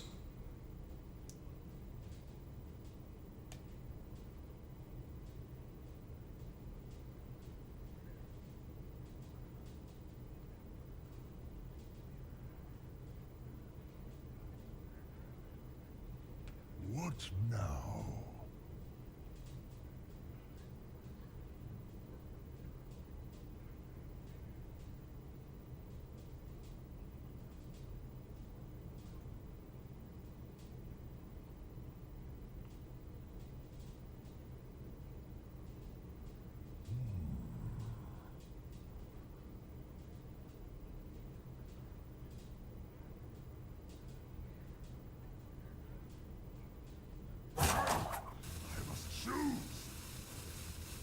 Caffeine shelters us.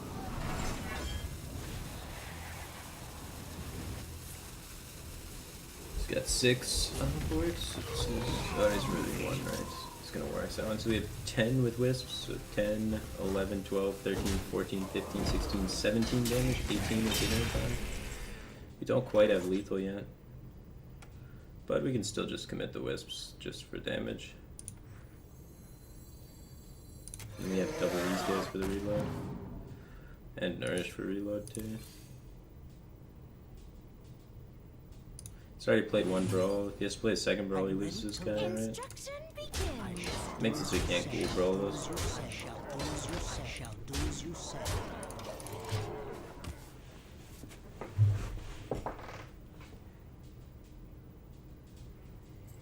Don't you think people are overreacting? Priest being the worst class, isn't that Paladin? No, I think Paladin's better than Priest, and I also think Paladin got more help from Karazhan than Priest did. I think that's really the main concern. It's just people are really concerned about Priest because it was the worst deck, and then it got absolutely no help from the developers. And then originally the developers' stance on Priest was, it's just as good as the other ones. Something has to be 9th, and that upset a lot of people. People didn't want to hear that.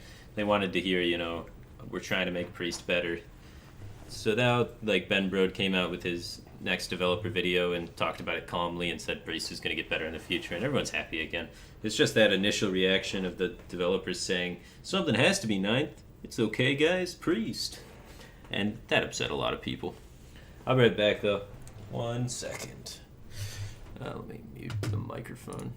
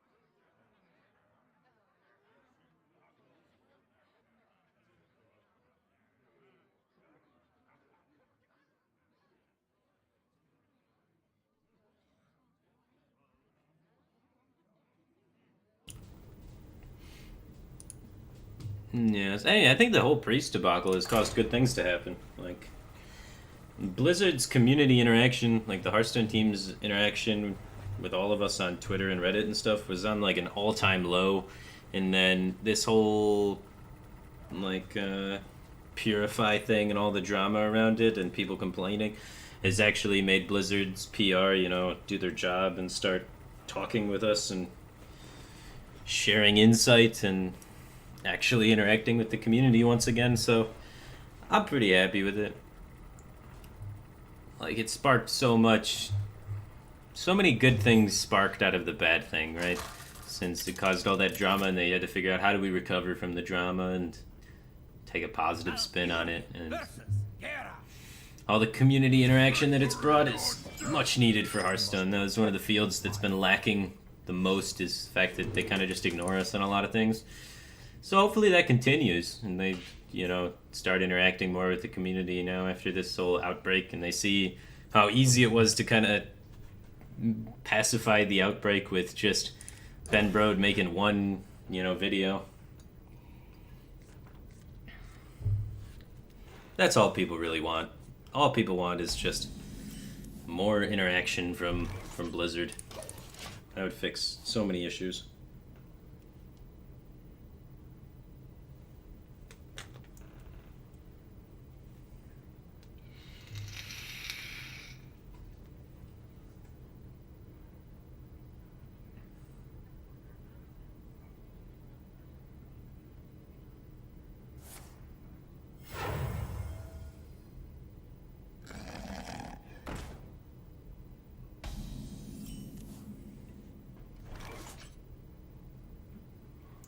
Slam and War Axe screw me.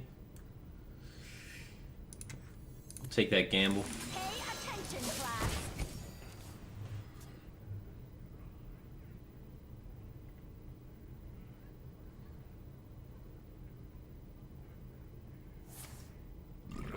Holy shit. Icker execute. Okay. Only double Icker. That's still bad. It's not as bad as it could be, though. Like, most of the time people coin a 2-drop because they have a 2-drop follow-up play, not because their 2-drop follow-up is double Ichor. It's kind of interesting, right?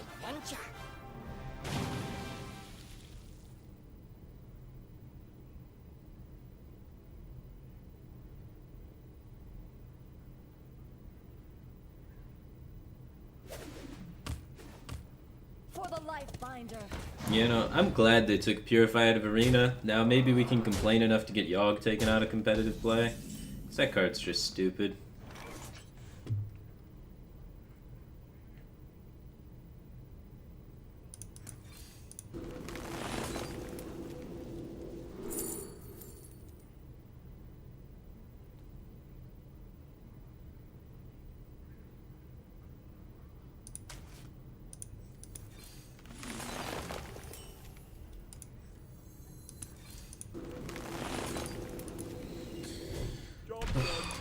This is not going well for me.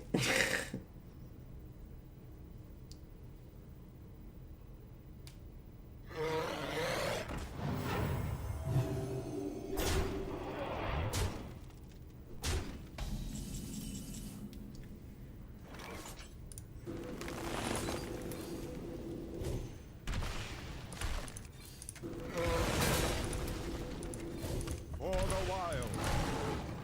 Job done.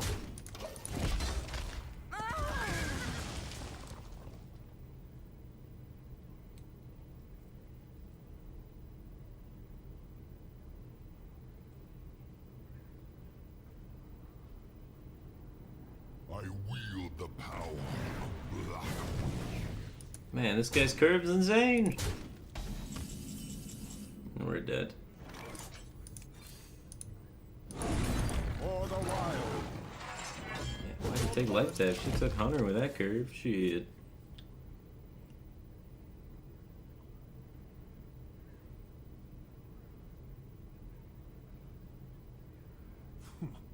My thanks. For the war chief. Dead on turn 6. Feels bad, man. That double Ichor turn was too sick. Queen 3-2 with no 2-drop follow-up, but instead double Ichor. He got me, for sure. He's really good against Innervate Teacher or Innervate Vandal, but really bad against Wild Growth.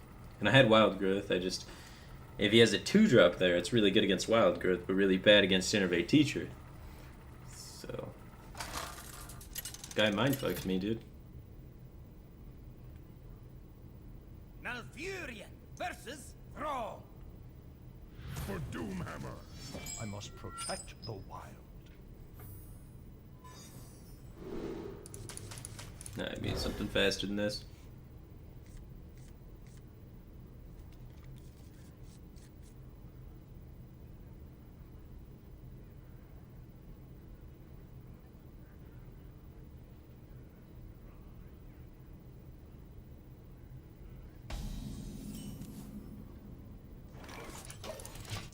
Well, got decent removal with our ramp, which is what we were missing last game. We had ramp, but no removal with it, so we can actually recover from our ramping up this game, most likely, thanks to the removal cards.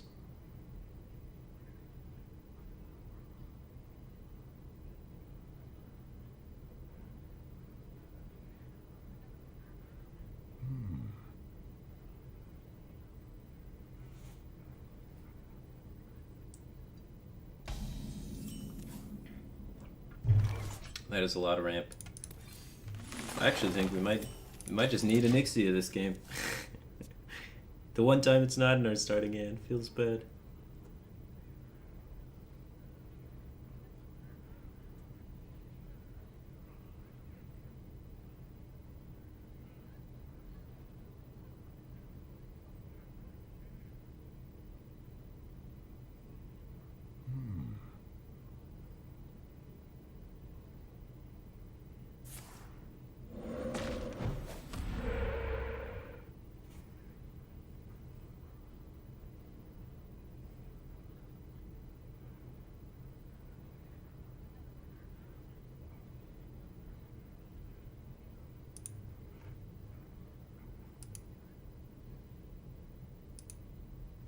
wonder.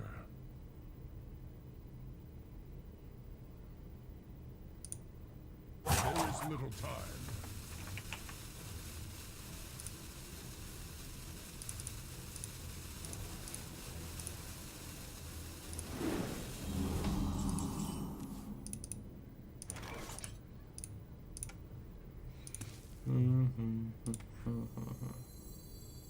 I think I just make the one ones. Try and contest some totems and what have you.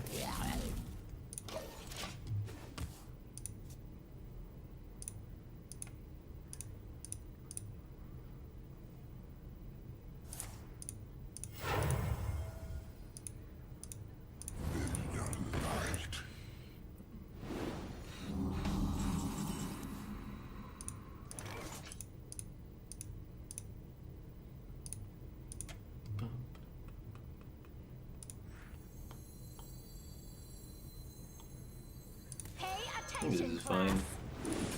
Don't get full value out of our innervate, but I think it's better than just doing the mulch and pass. Job's done. 55 out of 18, am I good yet? 55 out of 18 is really good, dude.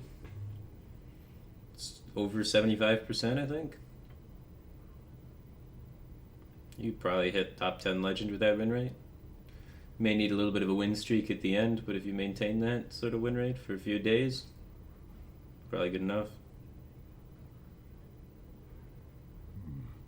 What to do?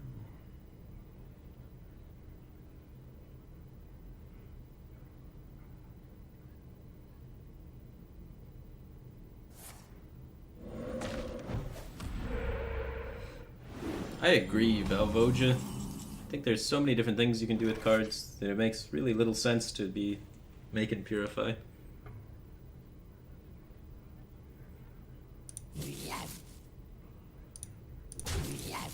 Instructions begin. Shall do as you say. For the wild. You still have like so many different themes that haven't even been touched. Like buildings isn't even a theme in Hearthstone yet. Interaction with board space isn't a theme yet.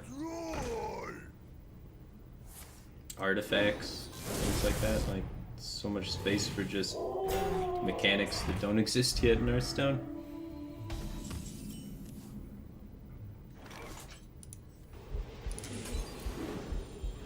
I am ready to learn.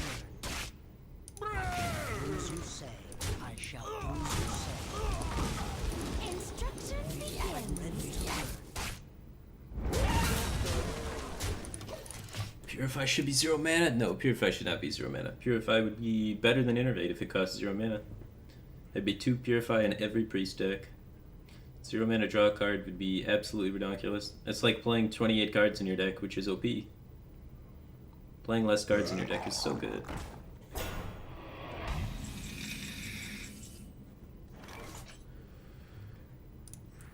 I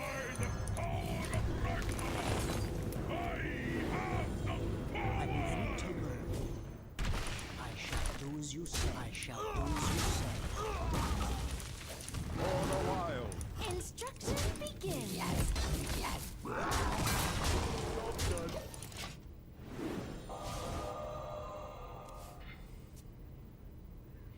Don't want to silence your Alchemite, Pyro, or Cleric early game. I mean, you just draw your deck so crazily efficiently that it wouldn't even matter. You just play filler minions for the purpose of drawing cards, like decent onboard stat minions. Changes any minion you put in your deck. Like Chillwind Yeti, for example, turns into Chillwind Yeti draw card, which is crazy. I don't know. Purify would be really good at 0 mana, man. It's a good top deck here. Man, this guy has hit every single taunt in his deck. Savage Roar? Wait. Yeah, we just don't have the mana to do it. I am ready to learn. Alright, is it lethal? We buff this guy, this guy, this guy, this guy. This still has to go here, here, we hero per there, that goes there, that goes there. It's not lethal, right? So we could look for Roar for lethal? Or do we just do it?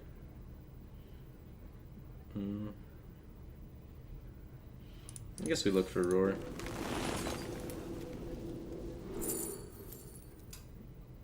Never lethal. Time waits for no one.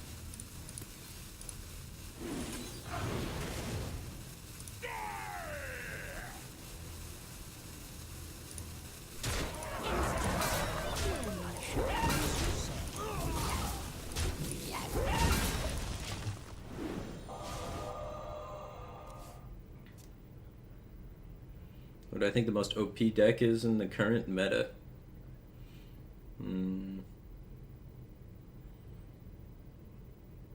Probably Cthulhu Warrior, I think, is the strongest. Takes the longest to play, though, by far, which is a big weakness on ladder. But I think the different types of Cthulhu Warrior are really, really good.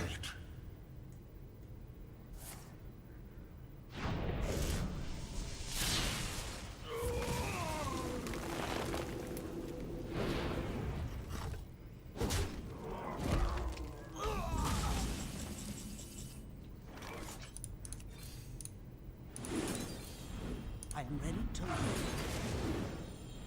I am ready to learn. Missed a token last turn. I was looking for lethal. I think that's more relevant than extra tokens. If I don't miss the tokens, then I can't find Savage Roar for lethal.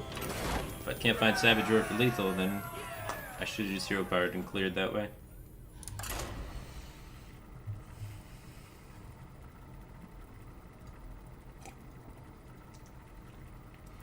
Do you think they will print discard to stop combo? I don't know what that means. I don't know what you mean by stop combo, but I do think they will probably continue printing discard cards. They seem to like that mechanic. They really want discard Zoo to be a thing, which I think is good. You know, Zoo's been the same exact deck forever. And, you know, adding discard to the mix makes Zoo a little bit different. Since it's an archetype that's almost always going to exist, right? Low curve minions with the life tap hero power, unless they change the hero power or remove all the low cost minions from Zoo, and there's pretty much always going to be some sort of Zoo deck that's viable. So adding a different mechanic to the Zoo mix, making Zoo a little different than it's been since 2014, is pretty cool. Because currently Zoo is the same exact deck that it's been since 2014, basically. So it's pretty interesting. I like the fact that they're, you know, making it different. We go for the hope he doesn't have power overwhelming play. He kept this card and not this card, so this one could be power overwhelming, but you never keep power overwhelming. So that card's most likely not power overwhelming.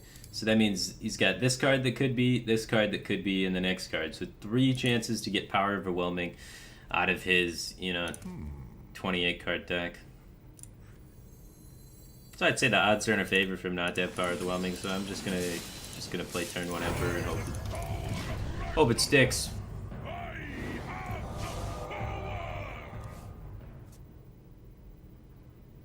Seems good to me. We got the Mulch follow-up on his 2-drop. Well played. Does he have PO? Put this apple on No your head. PO. Now we just Mulch, clear the board. And unless he has Soulfire, now we get to get another proc and another proc.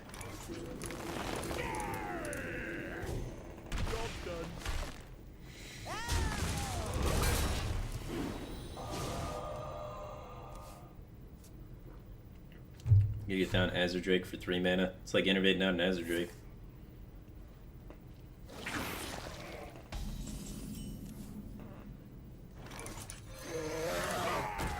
Is there any point trading? Not really. Because Abusive gets better if we trade. Power Overwhelming gets worse if we trade, but I don't think we're too concerned about it.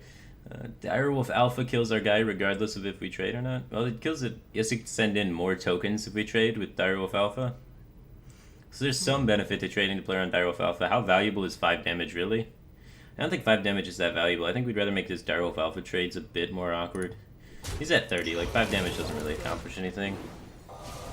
So this way you can't just run 2 minions in with Direwolf Alpha and then Abusive the other one to kill our Drake as well. So it makes it more awkward for him to get the full clear, which is what we desire. Get in there and fight, maggot! He needs Abusive plus PO to get the full clear.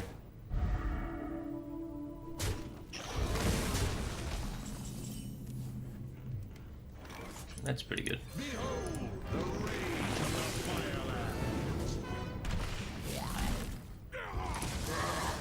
Yeah, I'll play into Abusive to protect my 1/1s.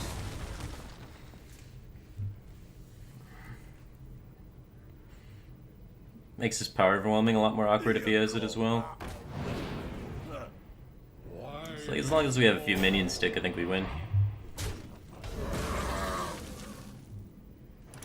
Pay attention, class.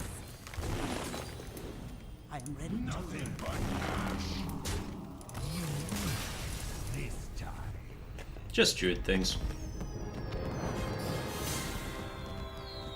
The whole Newt group? I don't know what the Newt group is, Bank. N-O-O-T group. Is that another group that makes fun of me and says I'm a retired player? Is that like the QQ group?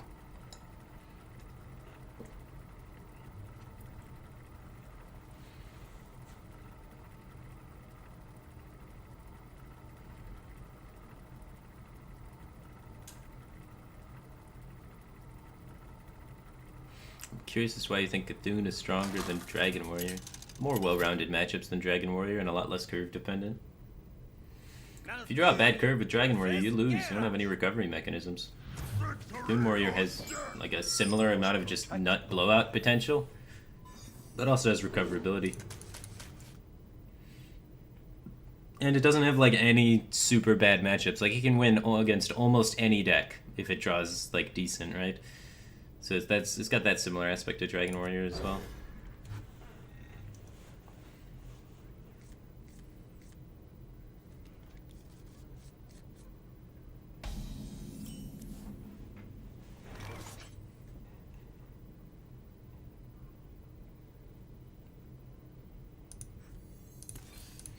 Not easy wild growth.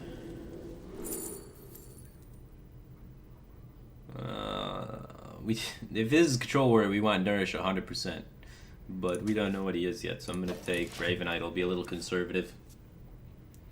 Navi subs, what's up, Navi? Oh, that's what the Newt group is. It's Navi's group. Okay. How's it going, dude? I didn't know you had your own group. That's pretty cool. I don't have my own group at all. I have like, you know, a couple bats here and there, but we're not really unified as a group yet. We're more independent souls.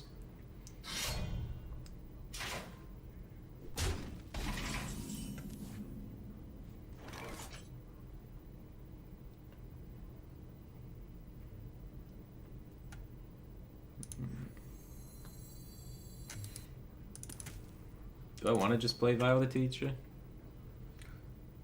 I think I might want to just Raven Idol and look for a way to interact with this board. And pass. Man, we're pumping the Yogg, I guess. Just give me a Wrath one time so I can use it with Teacher next turn, or Power of the Wild or something. Okay, we got Power of the Wild next turn. For the wilds. I want this to die if it attacks 2/2s. I think taking it slow is alright here. I don't think we need to be super aggressive on the board with the Teacher.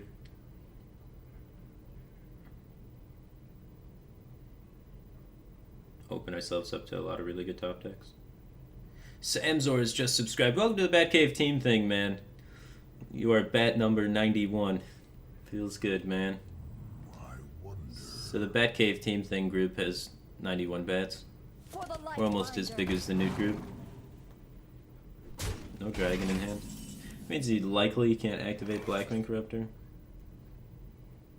We could be even greedier on the Teacher, I think, and just do this. Now we're gonna have a good Teacher turn for sure.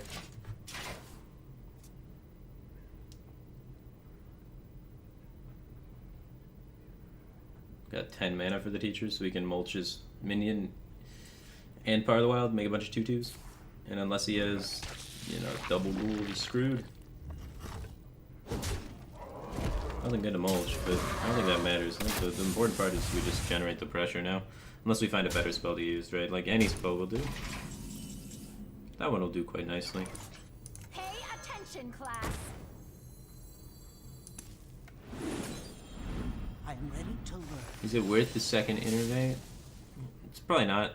We can use it with Nourish to accomplish good things. I am ready to learn. I I am ready to learn. So, we took a little bit of extra damage this game, but I think we've set ourselves up in a good position to win.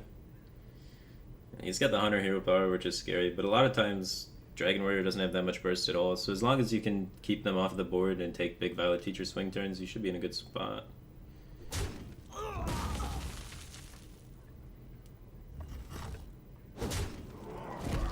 Gotta execute. Hopefully not. Enrage execute. That's unfortunate. Well, he handled our teacher turn pretty well. That's a lot better than I was expecting him to be able to handle our teacher turn, right?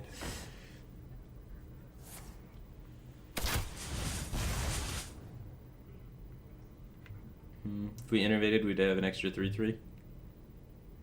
Then we could have preemptively hero powered this. Might have been better. Now we have like nourish, innervate stuff.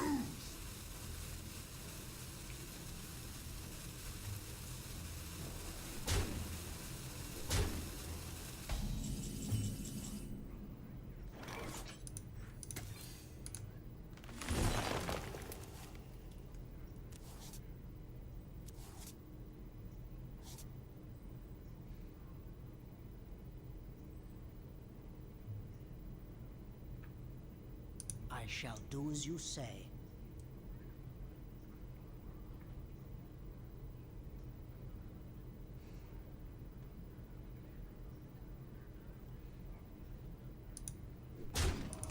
For the wild. 6 damage incoming.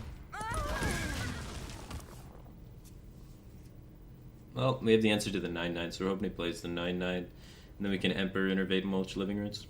Fly, Polly.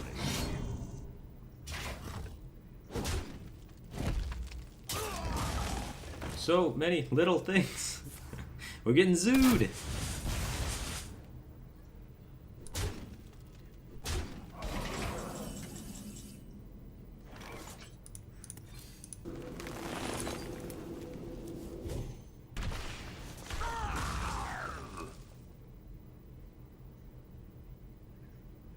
I need multiple bodies to help me trade better.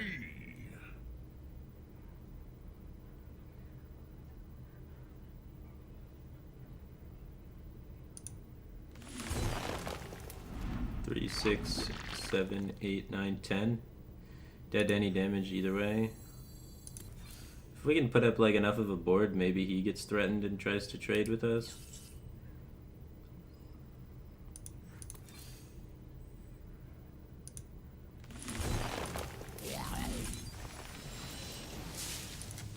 Am I getting beaten down by fairy dragons? Wait for no one. Job done. Maybe he feels scared of Roar and trades with us, and then we can make up some life that way, try and get a win. And if he rags, we got Emperor Mulch. So we gotta win the rag 50-50. You gotta have it hit the minion. Otherwise we're probably too low to win the game. Oh, he's just gonna go all phase. He doesn't care about potentially Saboteur.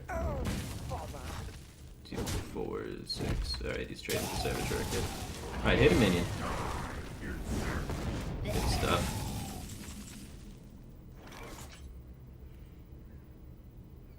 What is stronger, Violet Teacher or Emperor? Violet Teacher hits for 4 and I get a hero power, so I think that's better. Hero power is pretty relevant at this point. I am ready to learn. For the wild. Job's done.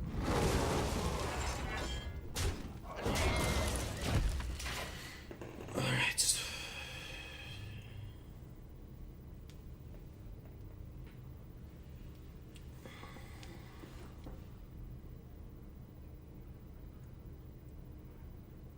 For Blackwood. Yeah, okay. Yeah, we have another Mulch in the deck. We have an Ancient of War. 2 out. Should have played Emperor. We needed 5 power on the board.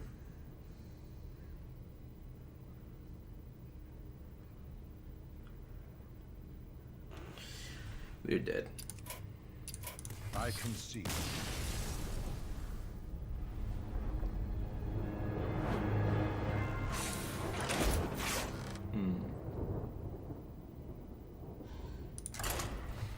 minus the hero power. As hero power doesn't really matter at that point.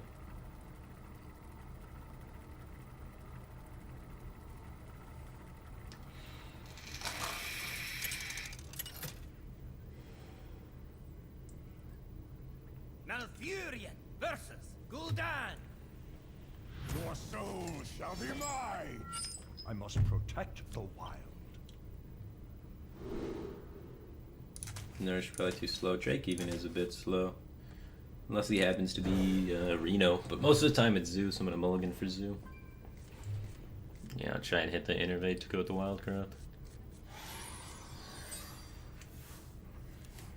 Let's try and play an Ixia really fast and hope he has a slow start. You know, 1-1 Death Rattles instead of Flame Imps. Nailed it.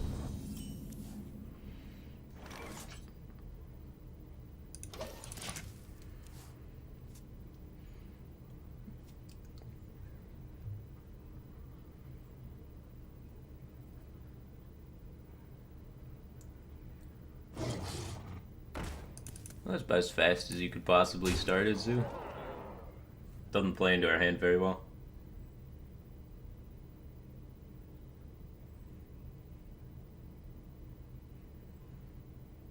That was a mistake.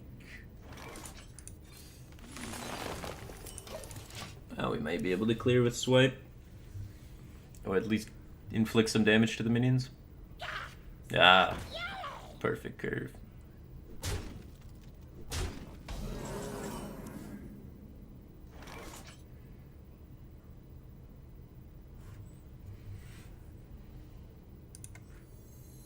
The land serves me. I think next turn we go Violet, Teacher, Coin, Innervate, Swipe. We could just play an Ixia next turn, but I don't think that's good enough, so... I'm gonna make it 2-2 here to help fight for the board, and then try and go Violet, Teacher, Coin, Innervate, Swipe. I'm gonna solo the forest and hope that recovers.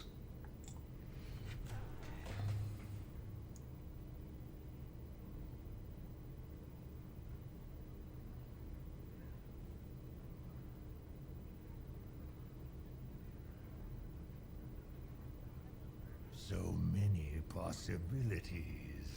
If I went Coin, Innervate, Mire Keeper, and I don't top deck a 4 after the Wild Growth, I already surrender the board when I Wild Growth, right? And then he develops again, he has Imp Gang Boss against nothing, and then I have to play Violet Teacher if I top deck it, and then that's best case into his Imp Gang Boss and feel sad about my life.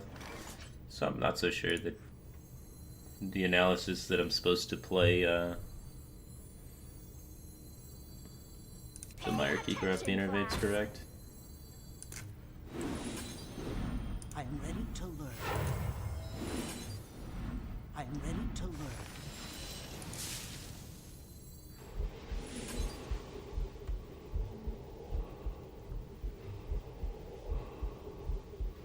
Removing this might be better, it just gets less 1-1 tokens for him.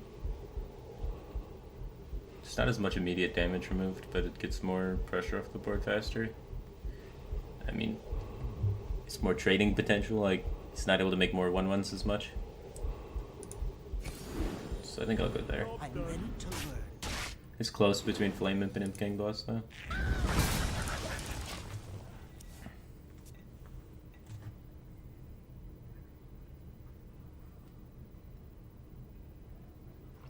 It's getting hot. Oh man, he runs Flame Juggler in his attack.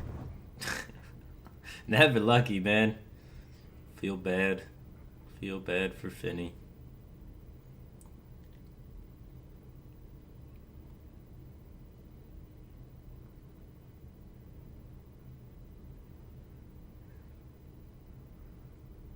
So many possibilities.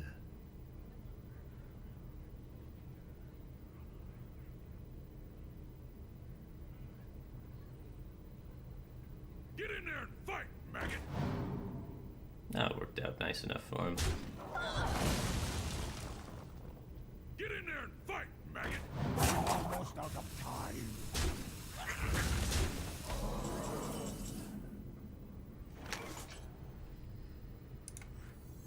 Behold the rage of the Firelands. I shall do as you say. I shall do as You know, He's only got 2 pressure on the board. We're starting to win back the board.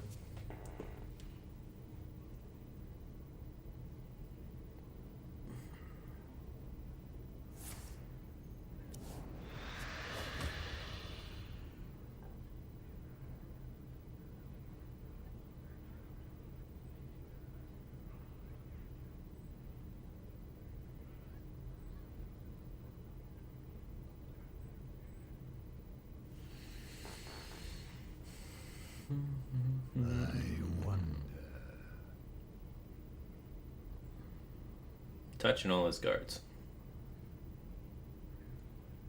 It's hard to make a read on that. Touching the middle one the most.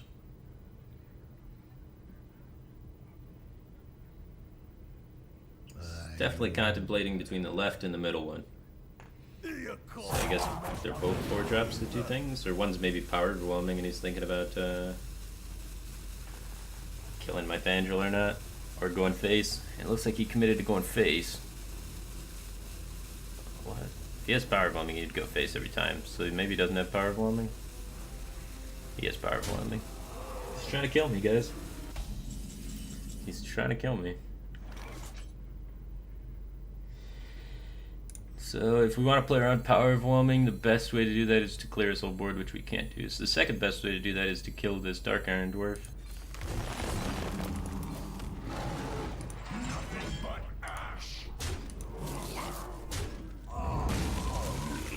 I just want to get as much media pressure on the board as I can so I can help him stay alive. He's used both Abusive Sergeants, so he needs double power overwhelming, or like Doomguard, Direwolf, or something like that to kill us. Leroy kills us as well. But we get to play around just power overwhelming this way.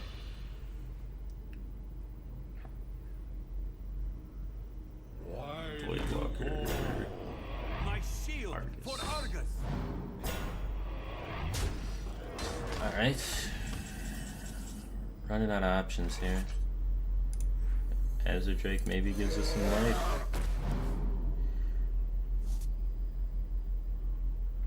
So this does 5 and draws a card. Can we full clear the board? Yeah, we can full clear the board this way, so.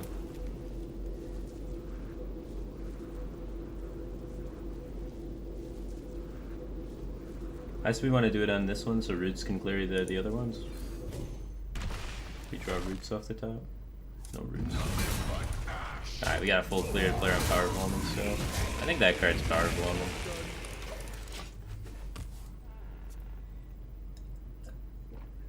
Nope, it was Doomguard. He was thinking about Doomguarding me in the face. Unlucky.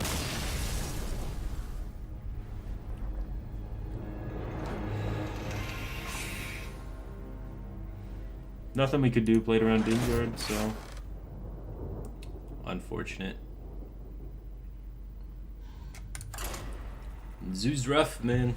Zoo's rough. Oh, did we get another subscriber? We're at 91 somehow. Someone silent sub?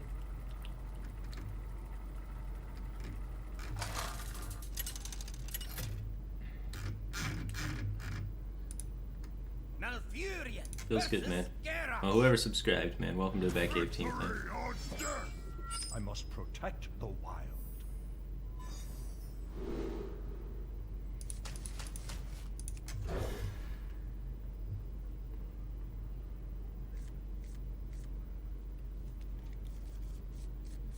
Do I run Ancient War in this deck? Yes, I do. Ancient War is just a really good card.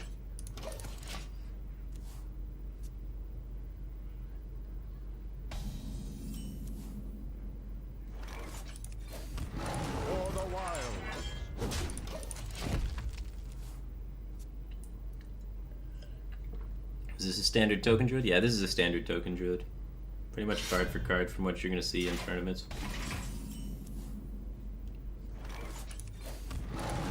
I just lost a few games in a row, so Twitch chat's like, this deck list is terrible, this streamer has no idea how to deck build. I'm just playing standard tier 1 token druid. My blade be thirsty. They turn on you so quick, man. We have plays for future turns, so I'm just gonna kill this. The old-fashioned way, not gonna use the second Wrath to cycle on it. We already got Drake for the following turn, or Mulch Power of the Wild. Probably not Mulch Power of the Wild, just because The Power of the Wild dice to the X. This deck seems to have a hard time against aggro. Yeah, it struggles against Zoo in particular. Like, it's not great against Zoo. Sometimes you get the Innervate hands and you just beat Zoo, but if you don't have Innervate, it's really hard to beat Zoo. It's a 2-6. Job's done.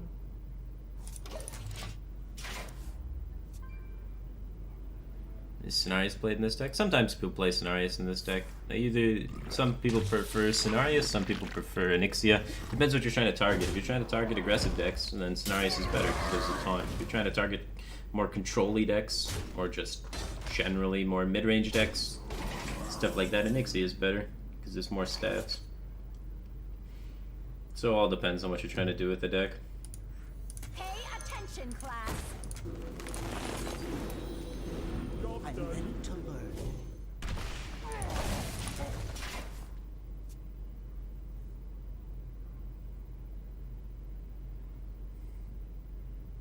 Who's up for an adventure?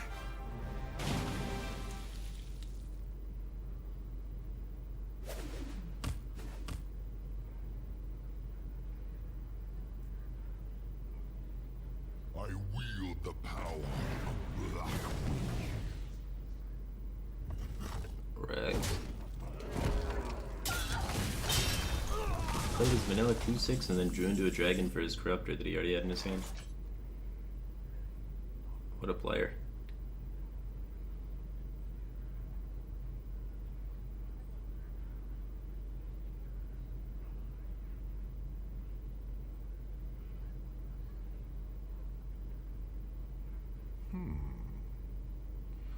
Can't develop anything with these mulches, which kinda sucks.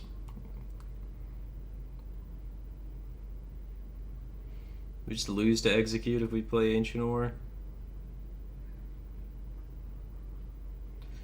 If he doesn't have execute, we can get a 6 swipe mulch turn.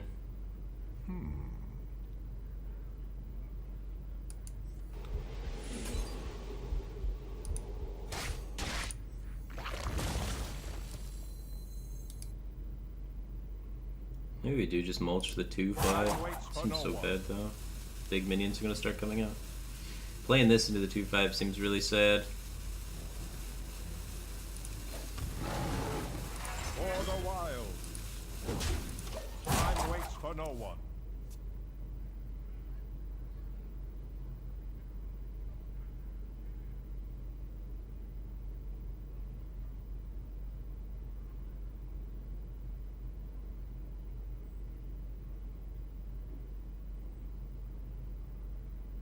Doesn't have an 8-drop, he's not even picking up the coin and considering it. Fly, Polly. 6-6. Be thirsty. So the odds of him having execute are pretty high now at this point, right? That's not 8-drops in his hand and they've been there forever, and they're not the 6-drop. That leads me to believe it's some sort of execute combo. So I'd rather not play Ancient War into the potential execute. So I'll just get rid of this Frothing Berserker. Calms most of the damage on the board, and maybe we can get him to execute this Emperor before we play Ancient War. Opens up the Onyxia Power of the Wild combo too.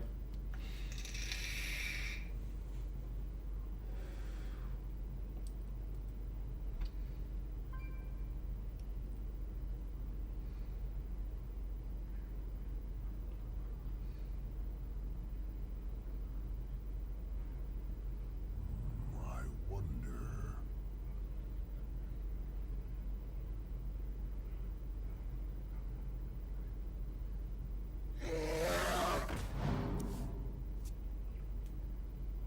Ping execute. Alright, now I play Ancient War. Got the execute out of the way.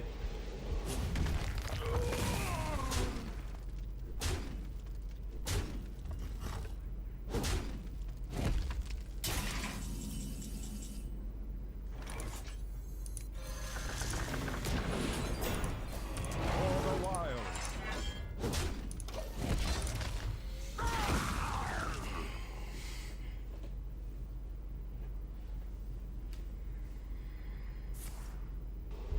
Slam second execute. Easiest game of this guy's life? Yep. Okay, good job. Better one. Come on, man. I identified that he had execute based on the way he played his cards. Baited the execute out, and then he just top decks the next execute.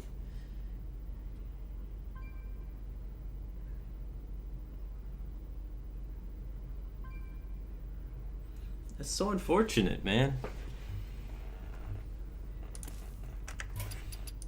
I concede.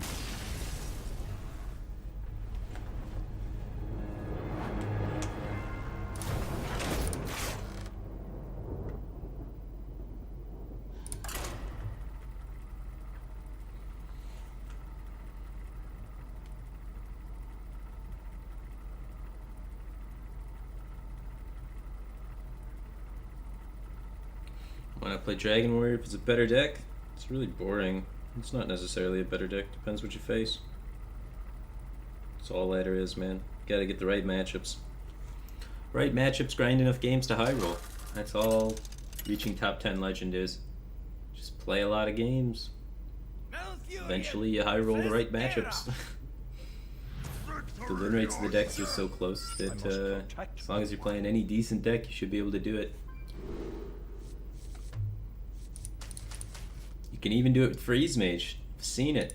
People have played Freeze Mage to top 10 legend. They just hit 6 zoos in a row at the end and they're done.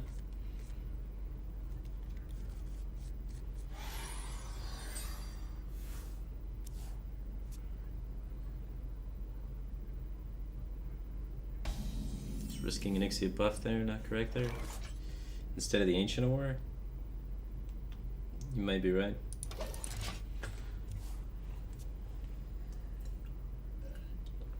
Just takes so much damage.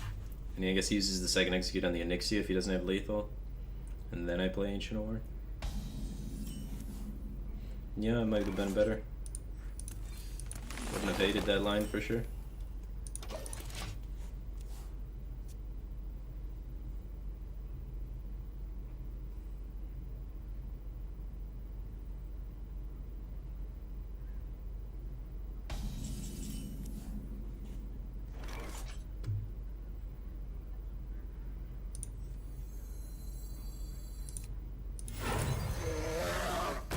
Job's done.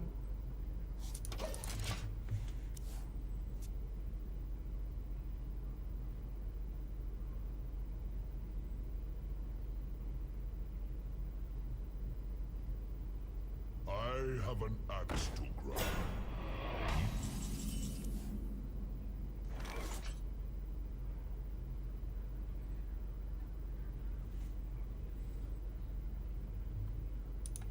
The land serves me.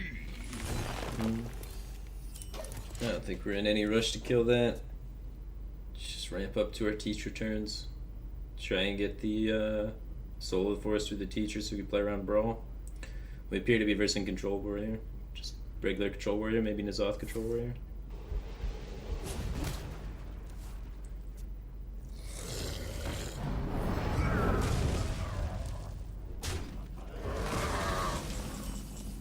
With second Drake, I think we can go for crystals off the Nourish and swipe. Should have enough fuel. We're at 10 mana next turn. Big plays.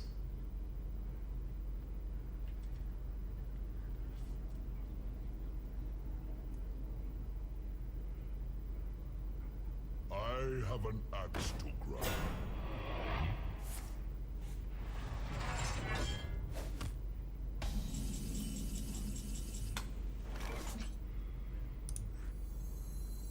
Pay attention, class. Well, just try and find a high value spell, something with draw attached to it most of the time. Well, swipe's the best we got.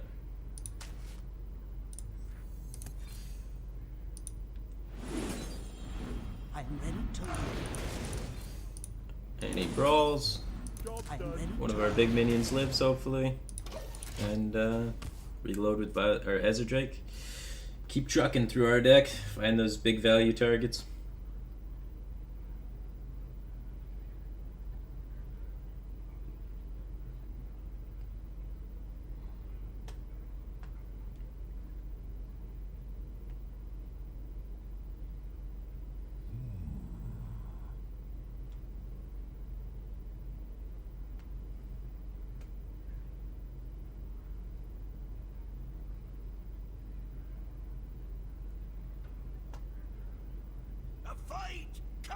What?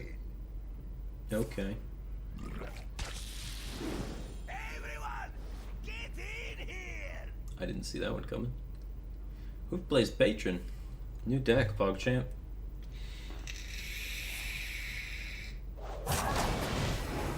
Everyone, get in! Everyone, get in here!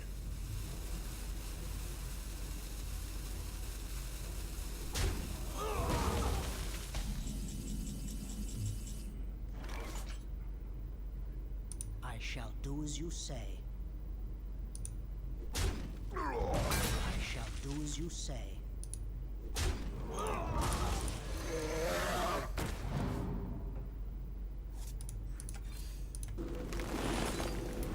I am ready to learn.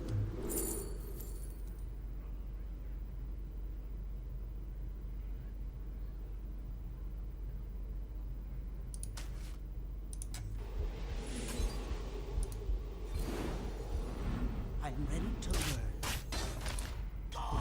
Teacher's already vulnerable to execute, so I want to make something else big. Probably just do it on this.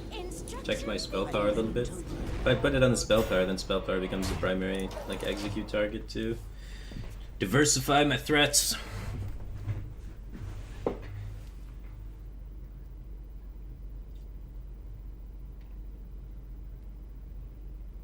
Why trade? He gets another patron if I don't trade.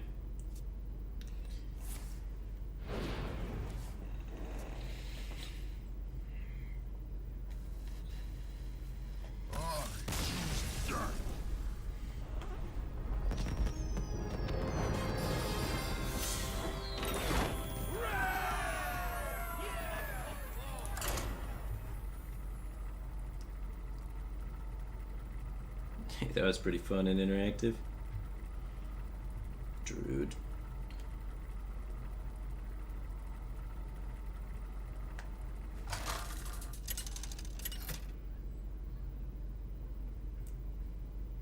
Malfurion versus Uther. I will fight with honor. I must protect the wild.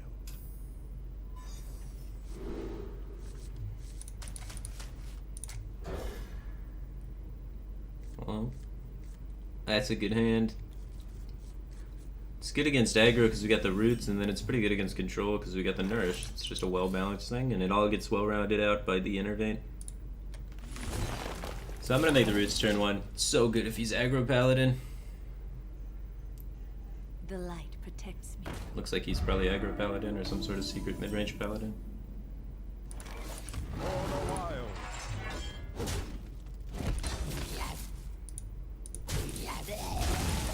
Could have went face with both of them. I wouldn't have hated it, but I'm really not sure what's in his deck, so I prefer trading when I'm like unaware. Looks like there's a lot of buff cards in his deck. What you want? Fighting egg.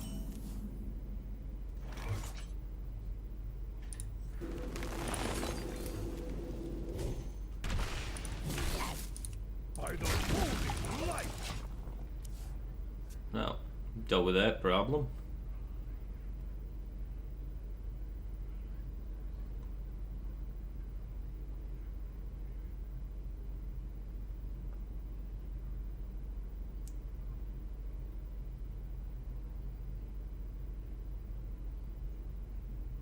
Let me think.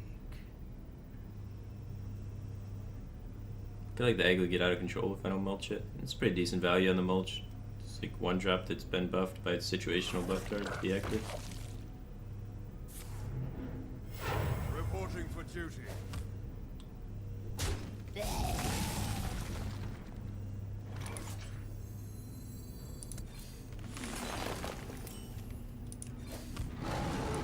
the wilds. Is there even any recruit synergy left in the game? Probably not, so I guess I'd play around to heal is better.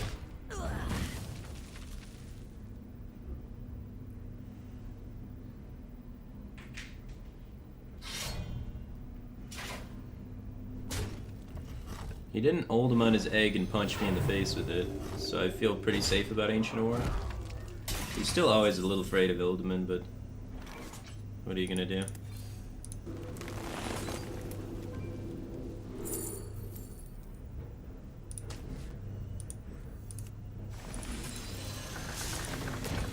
So we hope there's no Alderman. He just True Silvered me in the face. Didn't Alderman the egg. Kings.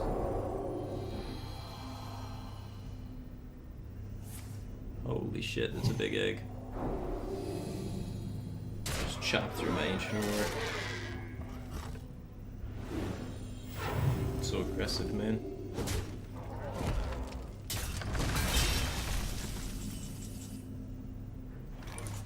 Pay attention, class. I don't want to have a lot of cards in my hand and get blown out by Divine Favor, so I'm gonna just kind of fight aggressively here for the board. Feel like if he keeps trading and not dealing damage to me, eventually I win, because he runs like shitty cards in his deck, like Blessing of Might and Dragon Egg and Lance Carrier. So as long as I can, you know, make my cards trade semi-efficiently, I should be okay at the end of the day. So if he wants to run all three of these into Violet Teacher, God bless him. Let me think.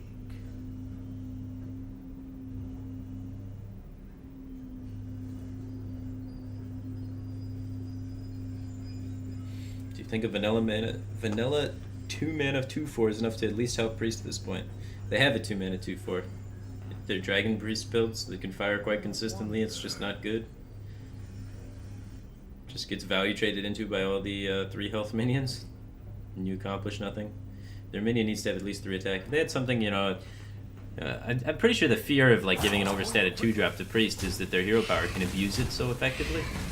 So if you do give it an overpowered 2-drop to Priest, you just gotta add the tag onto it, like cannot be healed or something like that, and then I think it'll be fine.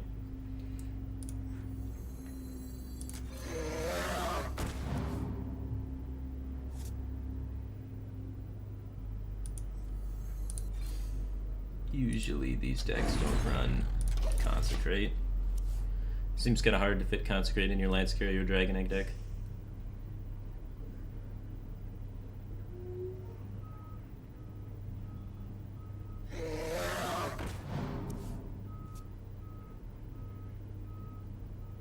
Azure Drake. Okay.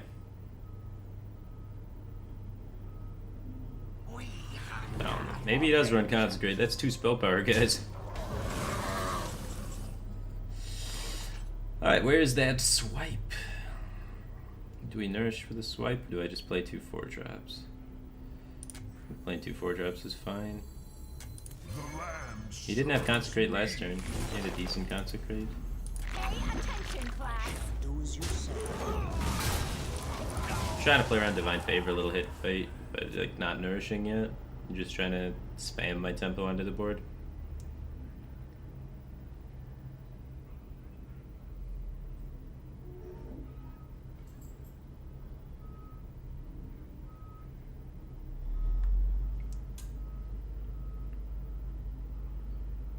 I wonder. Do you think there are any amount of stats that could make a vanilla 10-drop playable? I mean, 30-30. Someone will play it. Occasionally you win the game. I mean, like, if you make it big enough, people can, like, coin stealth it and stuff like that, so then it becomes real. So if it has at least 15 attack, I think it's playable.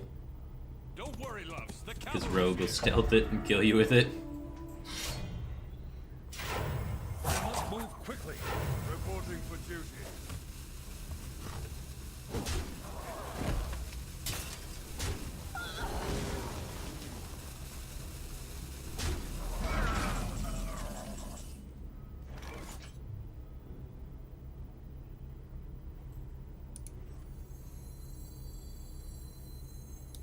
Let's go for swipe first.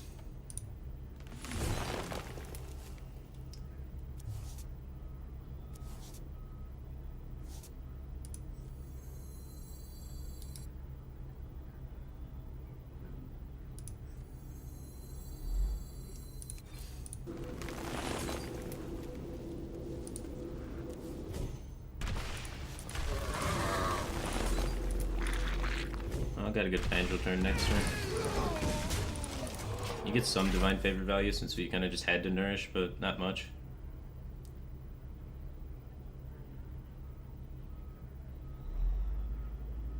Do I think the upcoming adventure is underwhelming compared to others? I do feel it's a bit underwhelming.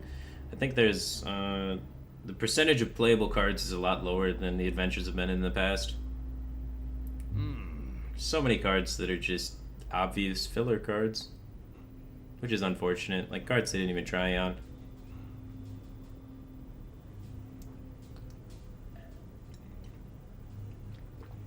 The light protects me. Tyrion.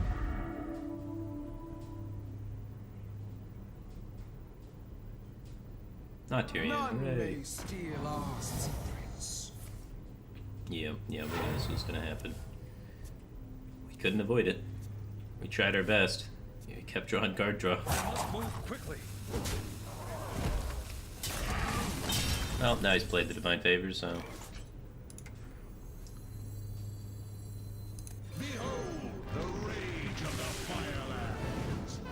We could play this, or we could play Soul of the Forest after the Power of the Wild.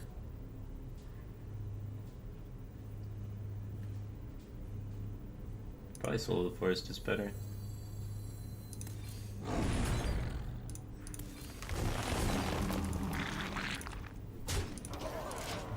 Now we're the aggressor. We got this sticky board. We got 2 swipes we can hit. 1 mulch for the Tyrion if it comes down.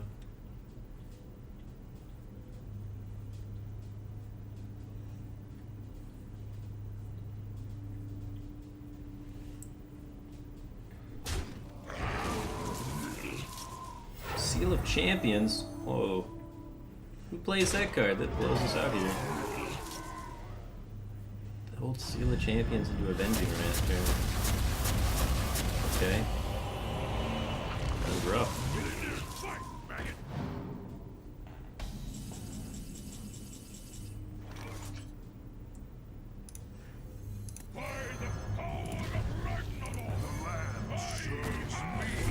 Well, he just used his AoE, right? You don't run Consecrate and additional AoE. So we're just gonna keep grinding him out, trying to believe that our deck has higher value cards in it than his does. We haven't hit Yogg or Onyxia yet, so we haven't been hitting most of our high value cards, but we're getting there. There's 10 cards left. Eventually we'll hit one of our bombs and he'll be done.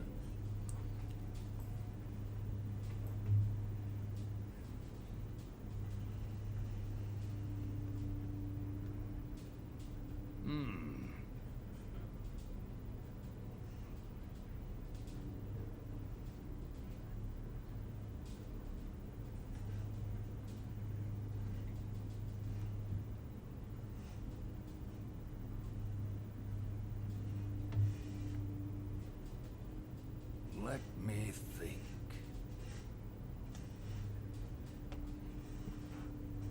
Yeah, man. We're not gonna get targeted graveyard interaction or targeted discard because that would make the game too complicated. You'd have to push too many buttons, and Blizzard doesn't want that. It'd be so much harder to play. Could you imagine having to click an extra button? New players would just lose their mind.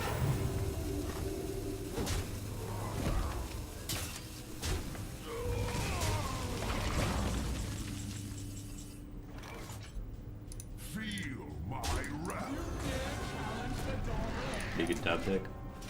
10 cards left. Finally drew our bomb.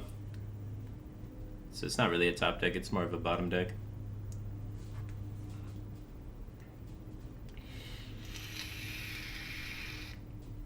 None may steal our secrets.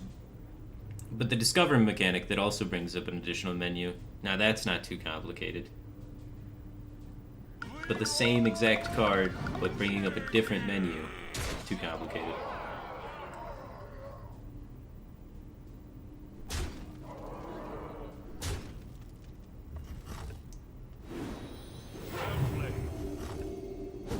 Got 6, 7 damage.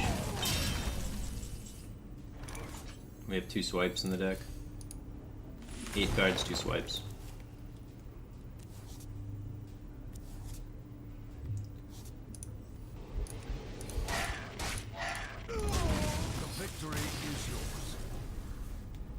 I think we played that alright. Dumping all of the value onto our in our hand onto the table as fast as possible every turn.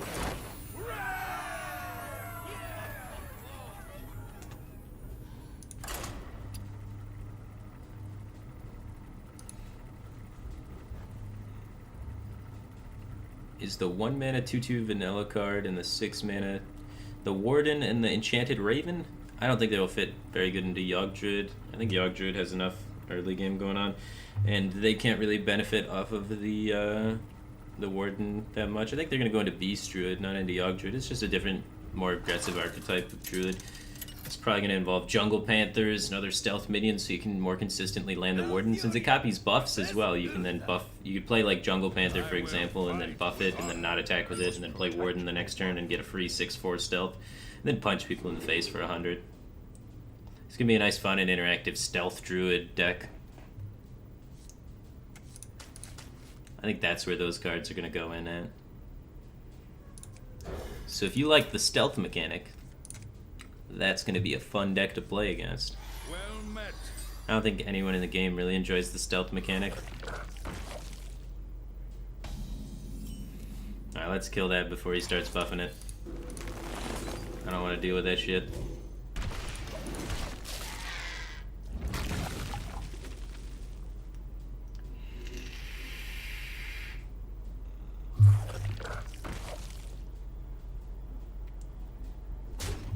Alright, let's set up our swipe.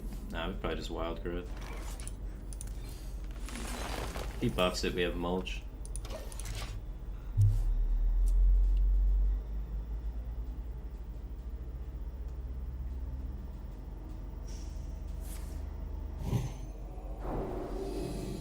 Now we can just swipe it. Reporting for duty. It's good enough value on my swipe. Need empty cards out of my hand anyway. We could set up the swipe further by Mire Keeper, Innervate Wrathing.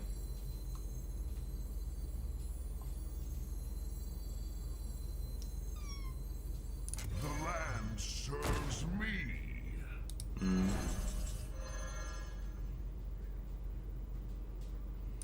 Pretty okay with swipe, I think.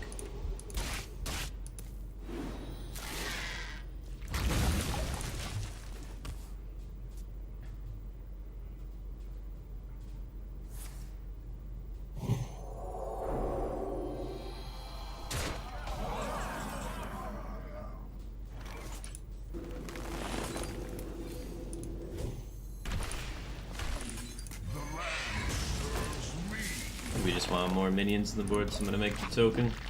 Don't really need mana. Gotta empty our hand still for the Divine Favors.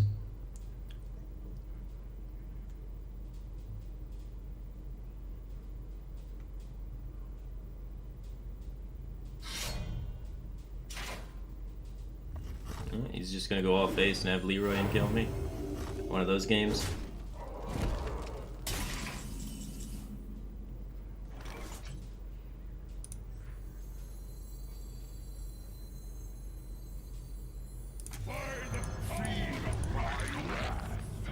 Trying pressure.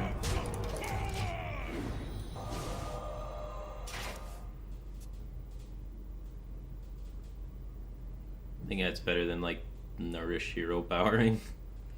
Nourish Hero Powering seems really slow.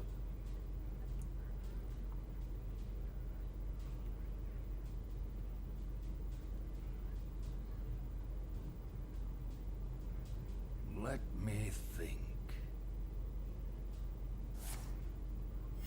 Reporting for duty.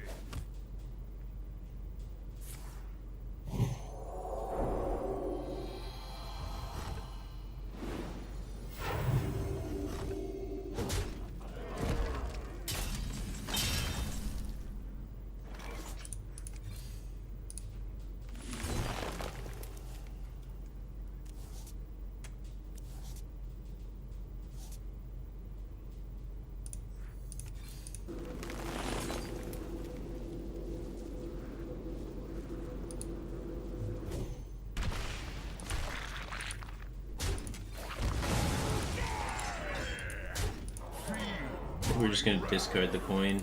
I don't think Coin Yogg's a good play, so I just don't want him to get Divine Favor value.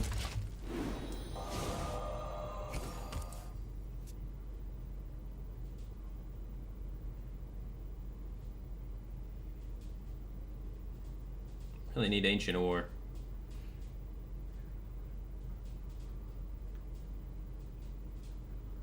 Why don't you run copy of Feral Rage? I find it performing very well against aggro.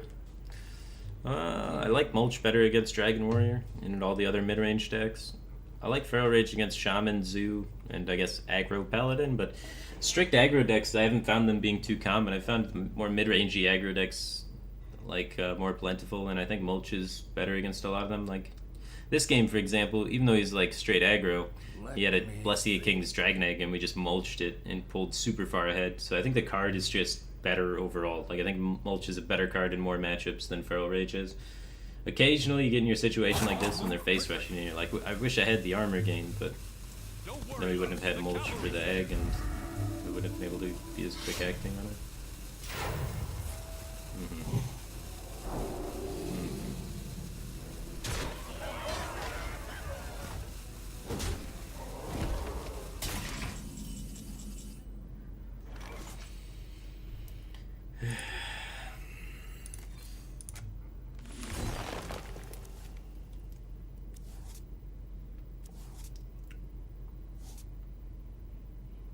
Unfortunately, he just drew enough cards that went face. I concede. Went all face every turn. Won the game. No Quain Yogg. Quain Yogg wouldn't help us win. Quain Yogg kills me like 90% of the time.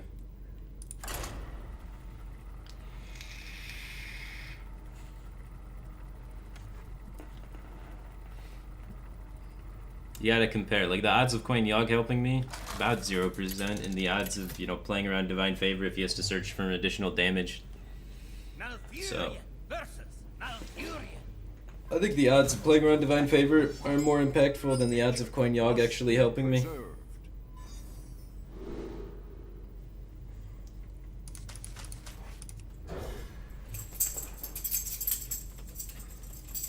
I mean, thought about it. Thought about saving the coin for Yogg, but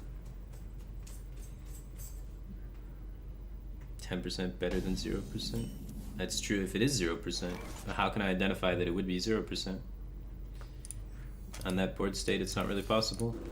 Can't identify every card in his hand. He hasn't given me tells about them. So then you gotta think, what if he has all minions in his hand? And then I never want to be coining Yogg, and then he wants to be playing Divine Favor. So if he has Divine Favor, that's a hand I can actually beat. If he sets me to 1, what's the odds of Quain Yogg actually winning me the game? I don't think I can beat that if he sets me to 1, If he has chargers and damage. Then the Quain Yogg, even though it's the counterplay to that, it doesn't win me the game. So it's like playing to win the game or playing to play Quain Yogg and try and win off Yogg. And I like actually trying to win.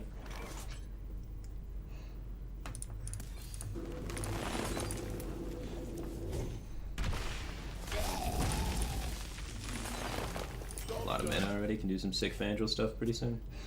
Like Fandral Wrath isn't even that bad. Pay attention, class. You were probably dead over 2 turns anyway. Not if he never finds the charger. Then I win. I lose if he finds the charger. Like 100%. If he finds the charger and can connect his buff cards, I lose every time. If he is unable to find the charger and connect his buff cards, I win. So even if I have Yogg, if he connects his buff cards, I'm dead. Down. I'll take you outside in a minute. Just wait.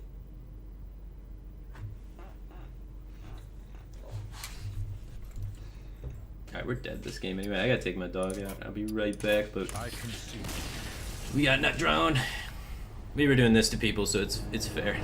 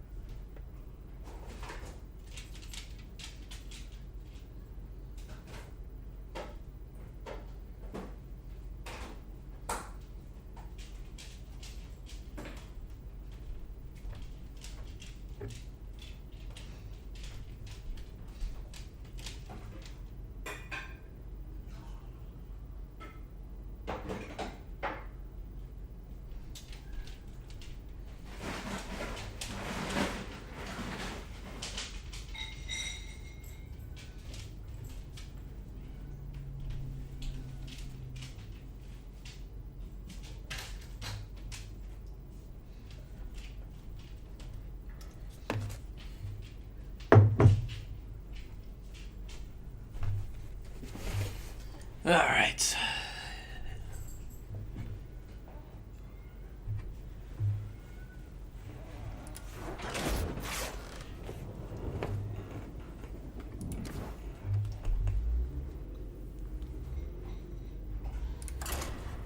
And so it continues.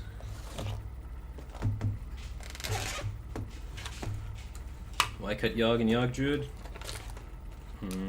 You can cut Yogg sometimes if you cut some of the spells.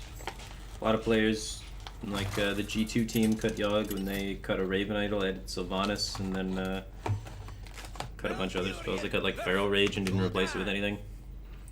Your soul shall be mine. I must Depends what you want to be doing with your deck. They were trying to beat Warrior more consistently when they cut Yogg.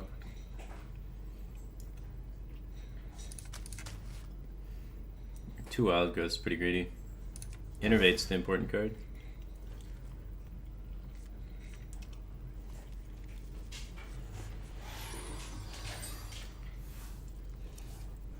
The light protects me.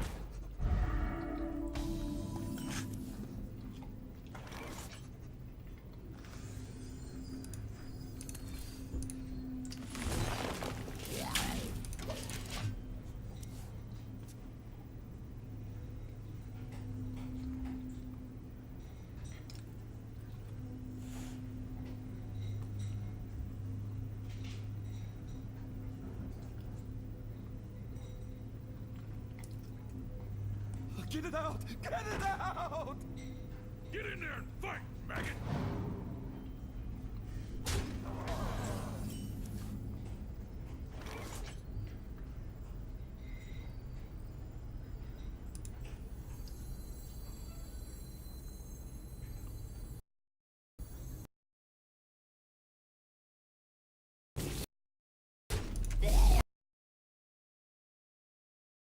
Those things.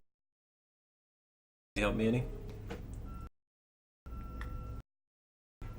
Two Wild Growths are greedy, why do you run two? Consistency of having it on turn two. But having two in your hand.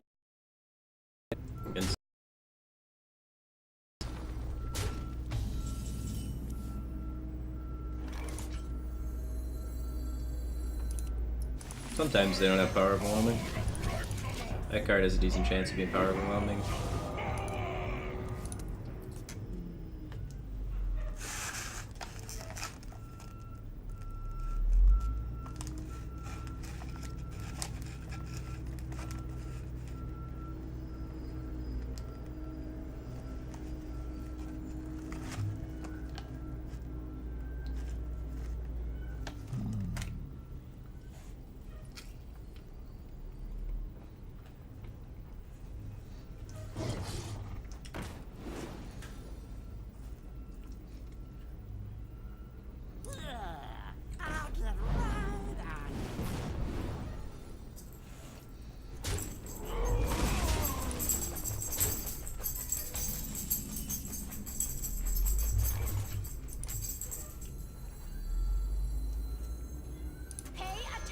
Class.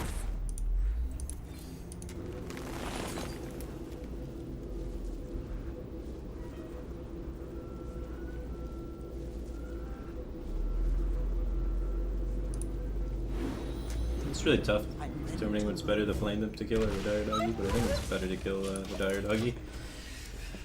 Don't have to be forced into a situation where I have to swipe it, but next turn either way we have a Azure Drake coin swipe.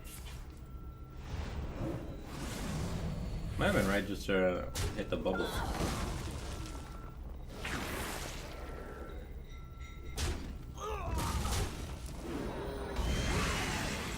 I don't even need Azure Drake. Just buy the teacher coin swipe. Attention, class. I'm ready to learn. I'm ready to learn.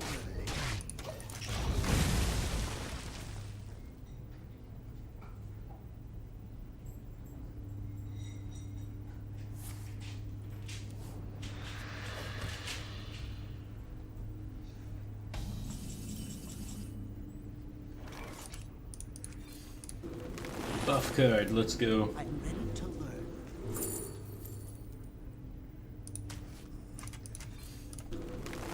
Your soul shall I'm ready to suffer. learn.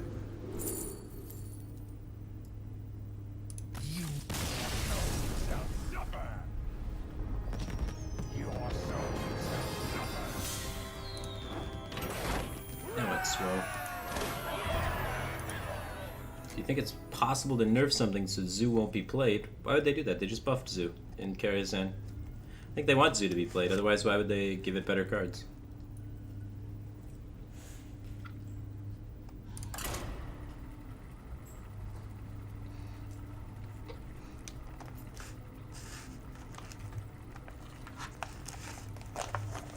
Zoo's tier 2 right now. After the expansion, I think Zoo's gonna be tier 1. Blizzard was tired of Zoo being tier 2, and they're making sure it's going to be tier 1. What did Zoo get? Zoo got Silverware Golem, which a lot of people think is the best card, like Tice, and then Zoo also got Malkazar's Imp, which is just a really, really solid card. I think Malkazar's Imp is better than Silverware Golem, but then they work in conjunction with each other to make each other even better. Both incredibly strong cards for Zoo.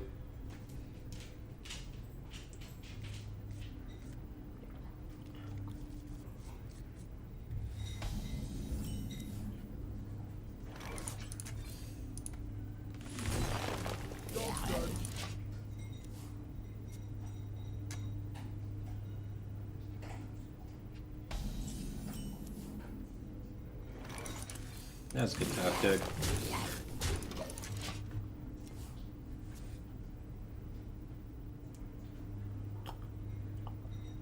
How is your Zoo tier 2? Zoo's tier 2 because of the popularity of Warrior. And all the Warrior archetypes doing well against Zoo, and as you've seen, like, even Yogg-Druid isn't that bad against Zoo. Like, it's obviously not a favorable matchup for Yogg-Druid, but it's pretty close. If we get Innervate as Yogg-Druid, we beat Zoo just because they have no real big power spikes anymore. Like, Power Dwelming is their biggest power spike. With Malkazar's Imp, they're gonna have great recovery mechanisms with, like, Malkazar's Imp Soulfire not discarding any cards.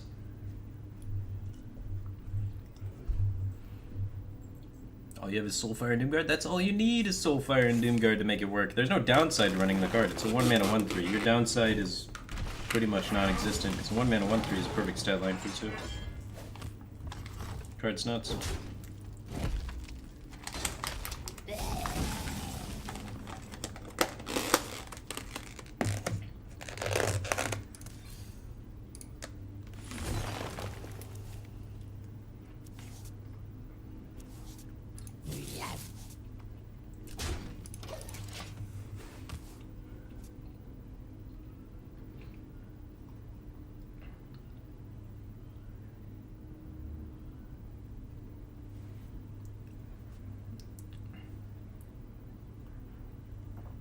What do I think about Control Warlock after the expansion? I don't think Control Warlock got any help. So I think Control Warlock's probably going to be about the same spot as where it is. And like Warrior's going to go down in popularity likely because of Beast Druid mashing it into the ground, so I don't think I think Control Warlock's going to be in a worse spot than before the expansion. Elune, guide my lance. That's awkward. Ramps him into a 7-drop, but it's okay because we have Mulch for the Ancient Ore. 2 Mulches, actually. I think I'm pretty comfortable just dropping a Zerdrake.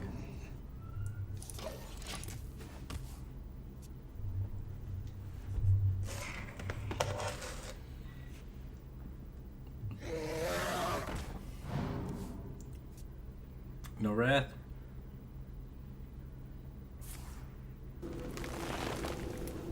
Bummer. Hey, get down. Down. Go lay down. Quit begging for food. You hear me? I said go lay down. Yeah.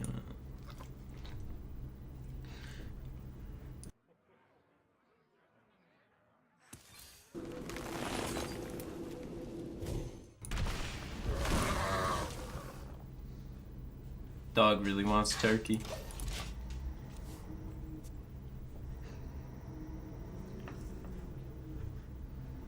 Pete, dog, I just fed the dog. Just wants turkey instead.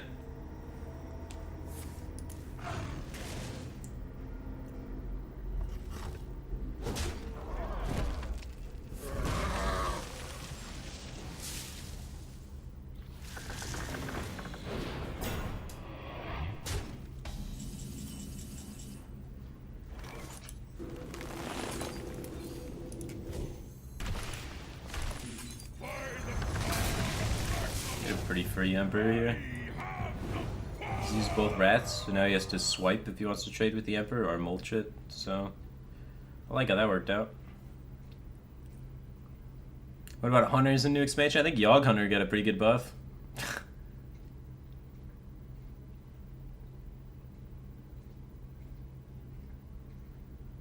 The Ancient One. So I think Yogg Hunter is the direction Blizzard wants to take Hunter. Cool Taskmaster off the mulch. Coin Hero Power. Punished by the mulch. Feels bad. Dark Echo, I did buff Cthunes, that is in his deck.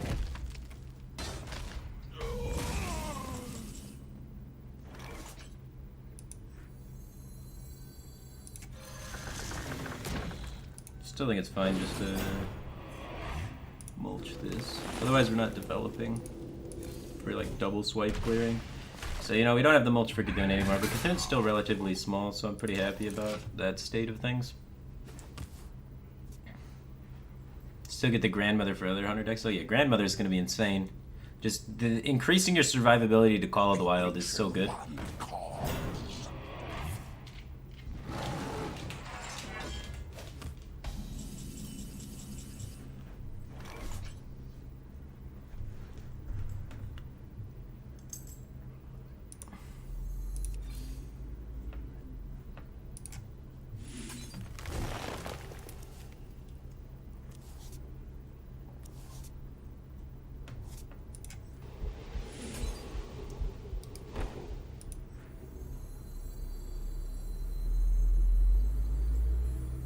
Pay attention, class. I am ready to learn.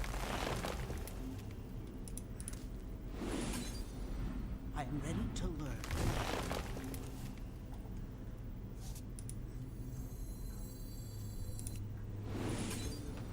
I am ready to learn. I think that's the best play there. Saving these swipes to be more reactive with them I think is good. And getting the value out of the teacher while we play all our spells is really strong, instead of playing spells without the teacher.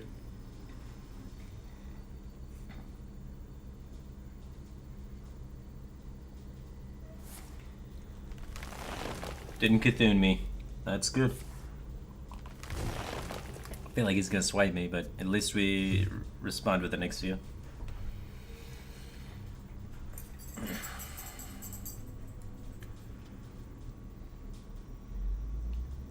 What makes Death Rattle Hunter bad? People kill you. Originally, what made it super bad was the fact you had no sticky 2-drop, so you couldn't run abusive sergeants and things like that to help you trade and what have you. And people just rolled over you because your 2-drops were vanilla 3-2s, and vanilla 3-2s caused a loss in tempo every time you played them, pretty much. So all of the aggressive decks have way to just abuse vanilla 3-2s. And then after that gets abused, then your follow-up is Animal Companion, which if you don't have board 33% of the time, you pretty much lose the game, because if you roll Huffer when you don't have board, then a 2-1 kills your guy and you lose, or any reactive removal spell kills your guy for free and you lose. So Hunter's early games just really struggled, and the Kindly Grandmother is going to really help buff that up so that they can last longer in the game, get more value out of cards like Animal Companion. Like suddenly, just a good 2-drop fixes the problem that they've had with their 3-drop a lot of the times. I must protect the wild.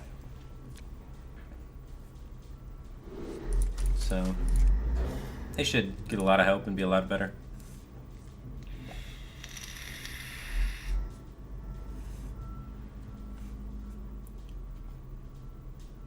Priest is alive. Got top 500 with Dragon Priest. I mean, you probably get top 500 Legend with any deck. I got top 100 Legend with Renounced Darkness Zoo. I don't think that's a good deck.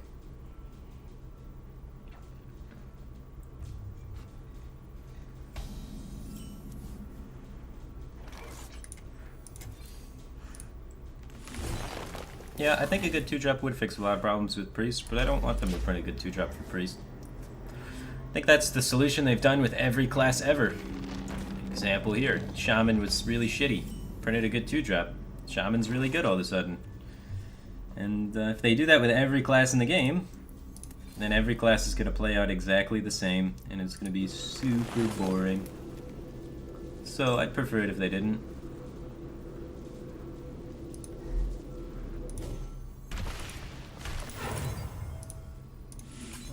I think there's better ways to fix Priest. Do something interesting, something original. Make the class defined in a different way besides playing on curve.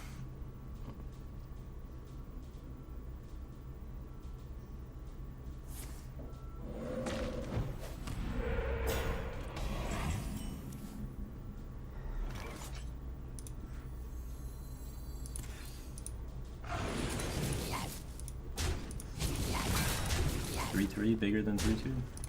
So there's more stats on the board to go with the buff.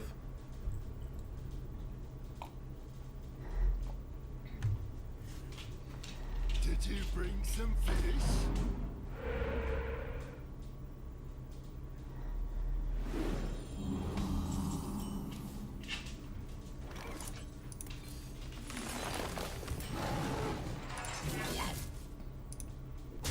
I think it's fine to play around Storm by making that trade. For the wild.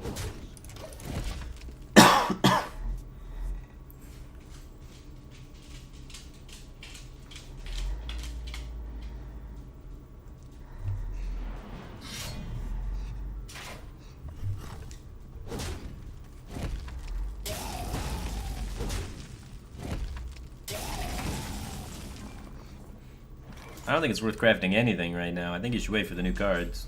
You're gonna want to play with the new cards because that's more fun. For the wild. So it comes out tomorrow, right? I think if you're crafting stuff, you should wait till tomorrow and then figure out what you want to be doing. Just because the new cards suck doesn't mean it's not going to be fun. It's new content. New content's always the most fun, man. Who's up for an adventure?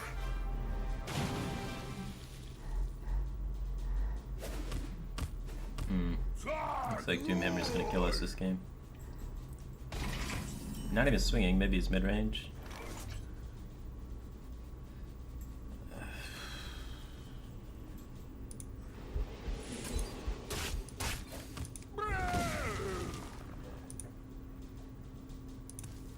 We're dropping.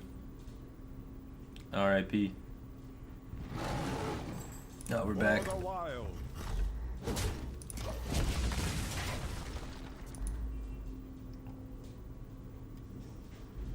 Don't worry, loves. The cavalry's here.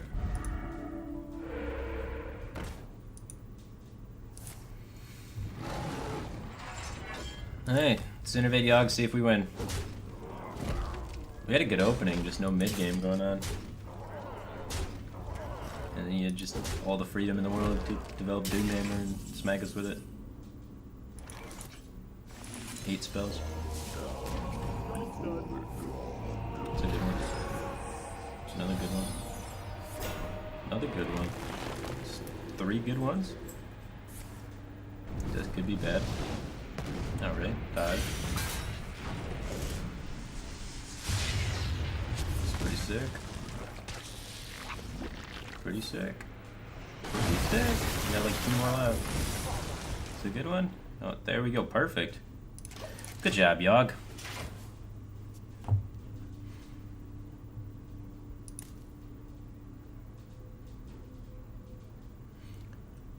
Not a fan of its pick off of the Raven idol, but good enough.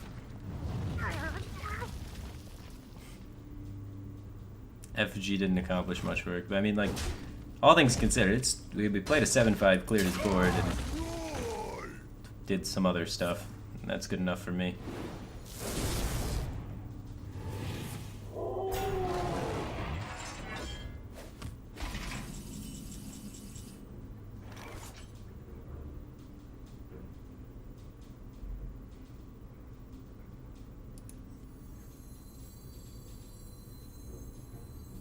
Pay attention, class.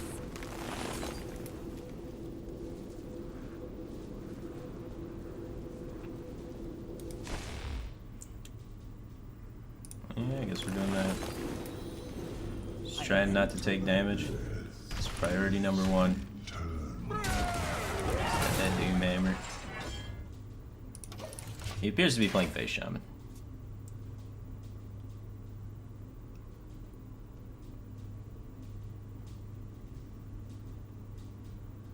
Ready your lance, cur.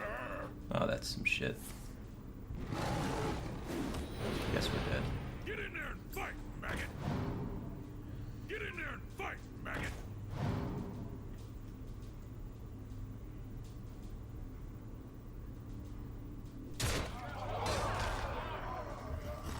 No fear of the retaliation. We got 10.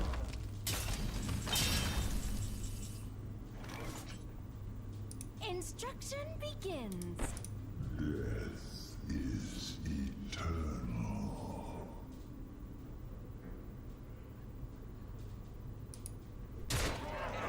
Instruction begins. I shall do as you say. The land serves me. The land serves me. For the wild.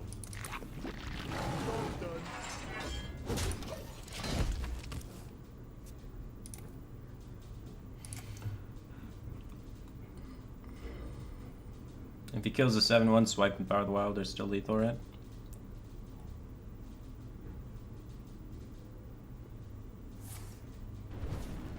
Nah, top deck burn spell. What are you gonna do? We win next turn as long as he doesn't top deck.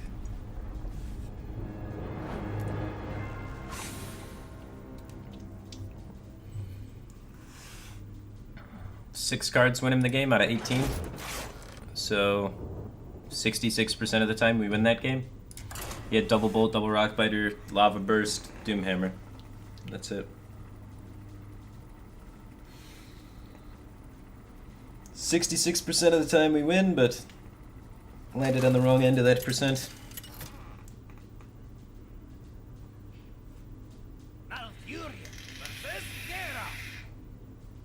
Victory or death! I must protect the wild.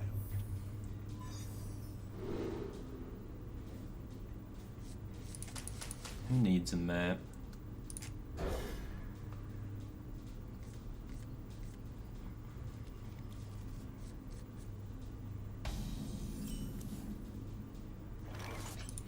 Well, if he's dragging, I think it's better to play this, so I have to find out, I guess.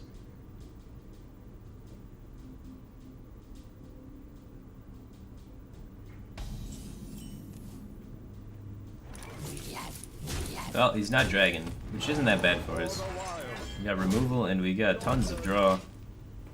Slash mana acceleration, so we should be okay.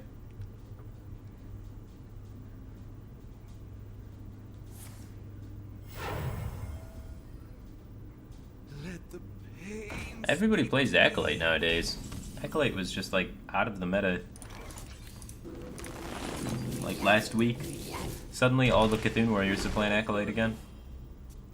Maybe it's time to bring out the Doomcaller Cthulhu Warrior and farm all these Cthulhu Warriors playing Acolytes.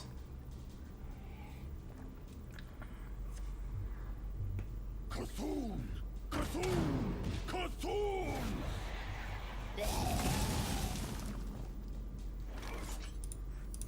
Shield block, shield slam, slam, execute. If he doesn't have those, we win. Needs a 2-card combo.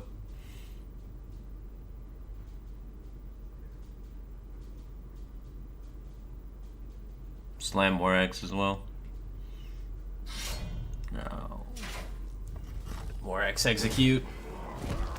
So close. I think it's worth the risk, because if it sticks, we win the game.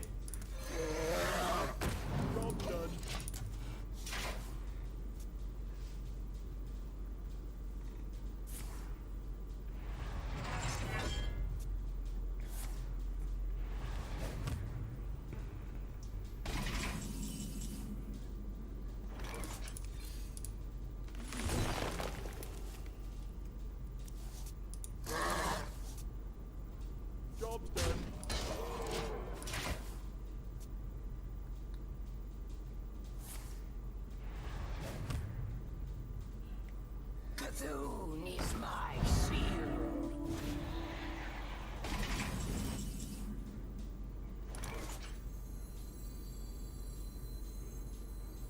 The land serves me.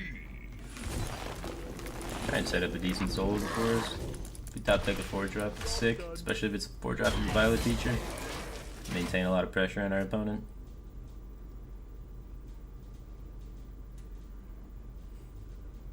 So Mire Keeper or Violet Teacher is best draw. We got 3 No time for games. potential super tap decks.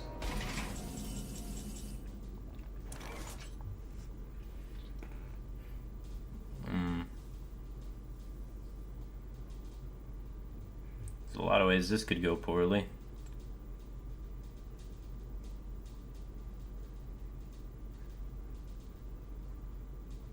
What to do?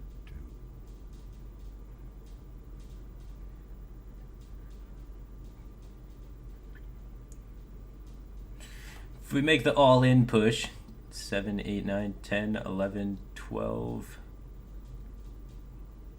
followed up by, you know, 8, like 20-ish.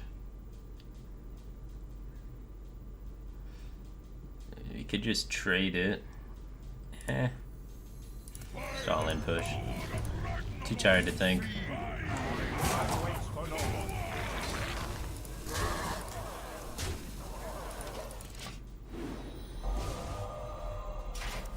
Worst case, we just Yogg, right?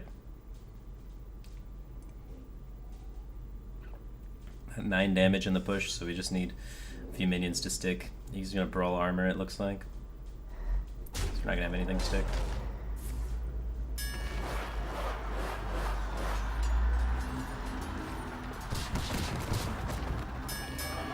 It's unfortunate.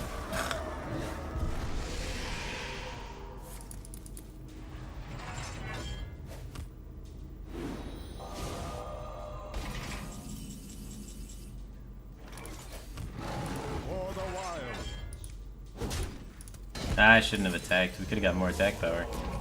It's a misplay on the Yogg RNG.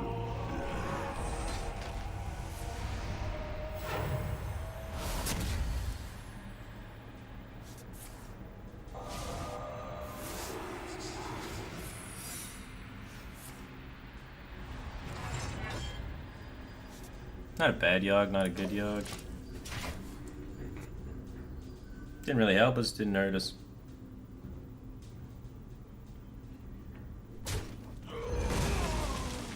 That's a good one. I like that one. The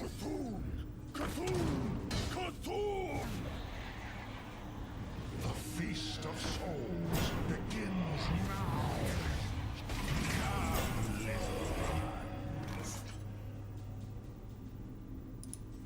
It's a bit awkward for him to brawl this, but he hasn't played any ghouls yet.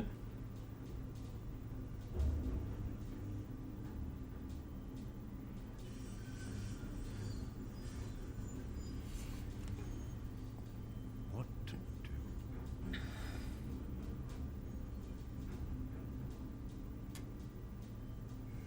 I think it's fine. It'll help set up our swipes for the following turn.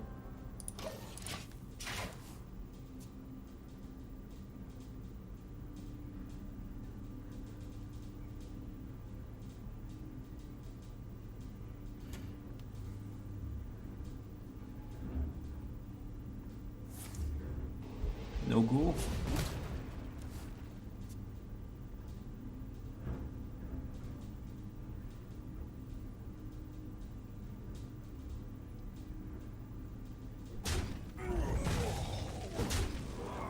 No ghoul. That's cool.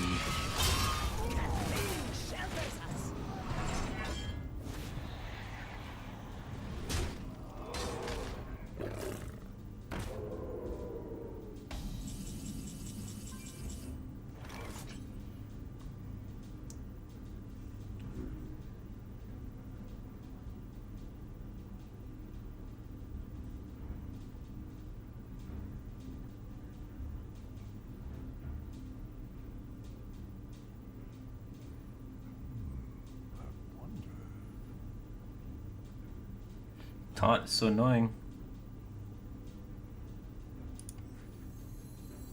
The land serves me.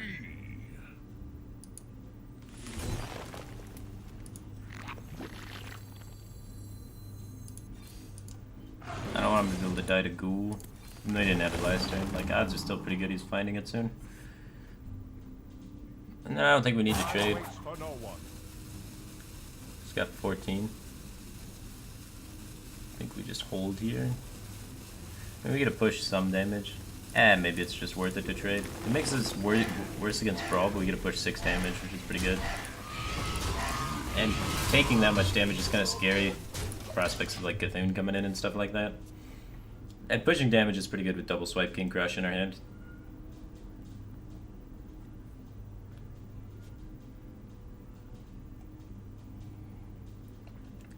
Thanks, Lord Conwell the Great. I appreciate it, dude. My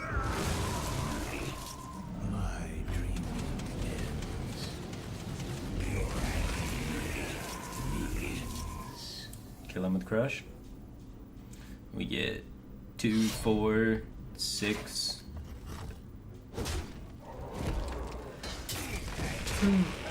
6 plus 8's 14. Let's crush this fool.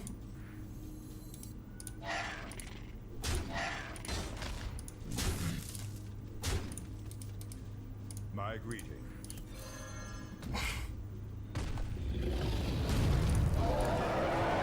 Good old King Crush.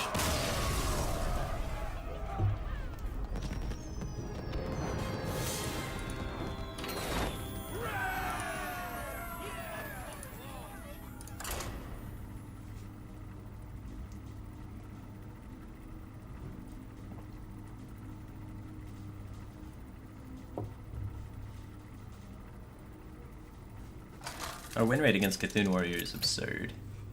Maybe we do need to tech it more towards aggro though, because our win rate against aggro has not been absurd, so we may have over-tech towards control. The hunt begin. I must protect the wild.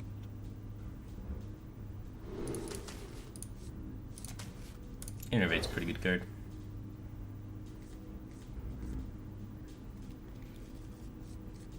Oh, Nixie. I want to top tick you on turn 8. Because I'm Druid and I'll have 9 mana then.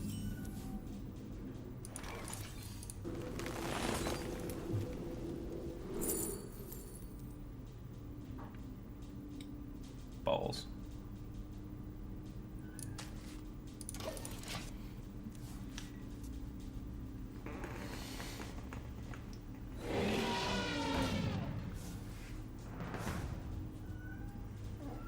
Get jousted.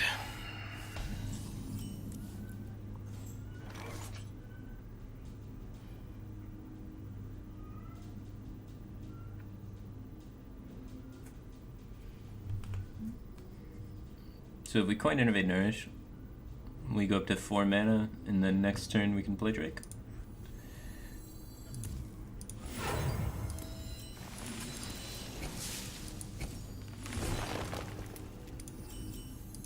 For the wild. Drake refills their hand, and we're good to go.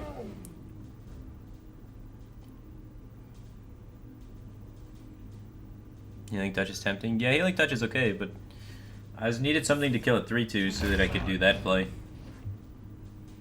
Punished. Getting huff and puffed.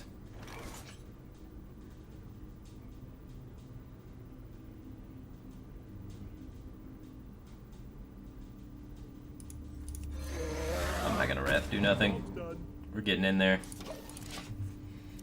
It's not bad against Houndmaster.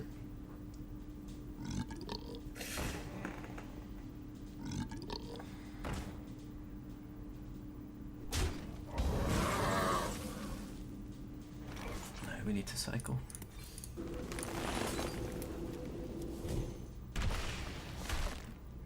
We go up to 8 if we play that this turn.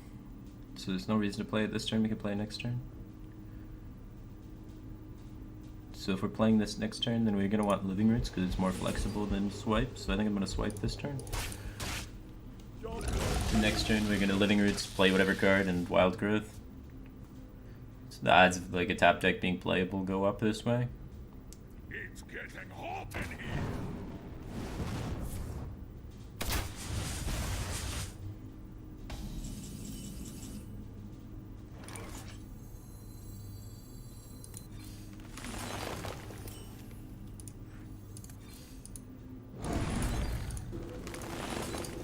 For the wild.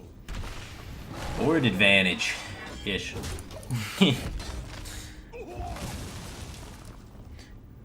Any tournaments I'm going to attend? Are you going to BlizzCon? I'm going to be attending... The next tournament I'm attending is Prelims. North American Prelims to try and qualify for BlizzCon. And then after that, I am going to be attending Insomnia 58.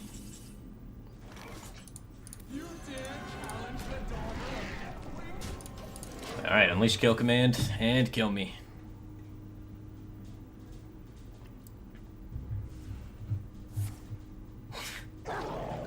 I mean, there isn't really another way we could play this hand.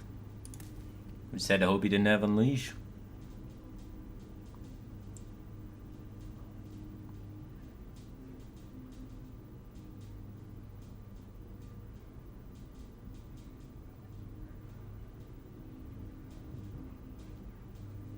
I wonder. He's got Kill Command. He's wondering if he's supposed to kill Onyxia. Do it. Kill Command Onyxia in case I have Roar. Yeah, yeah. Yeah, play around that Savage Roar. Sick. Trade Hunter. Trade Hunter always has Call of the Wild, so he has Call of the Wild in his hand, that's why he's trading. So if we're gonna beat Call of the Wild, I feel like we need to take proactive action here and just Yogg and pray. And hopefully that carries us the game. Like, Nourish is gonna be too weak of a turn compared for Call of the Wild.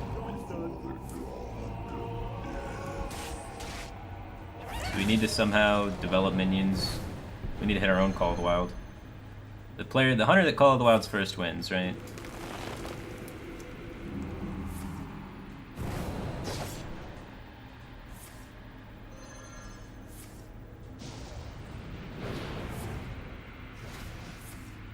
That's a good one.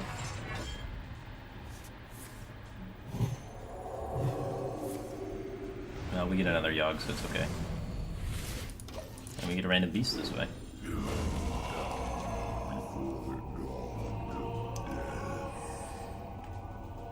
Now we could probably deal with Call of the Wild. It's gonna be tough though. See, Trade Hunter always has Call of the Wild. Whenever they trade, on turn like 7, you know they have Call of the Wild in their hand. Every time, without fail.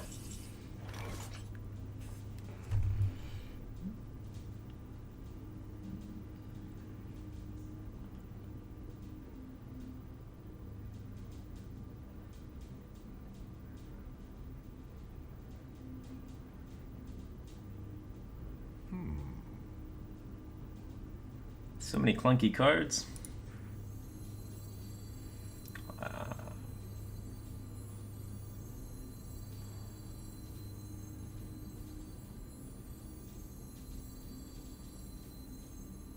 Pay attention, class.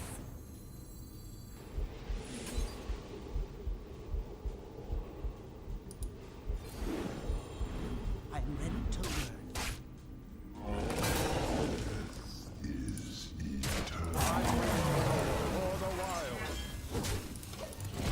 He's used one Kill Command. One Call of the Wild. Maybe he runs out of steam.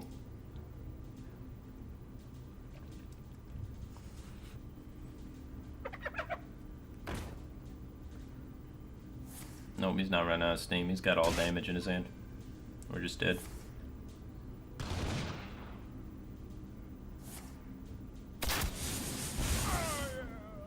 It was close. Half the damage used, he needed 2 more damage spells.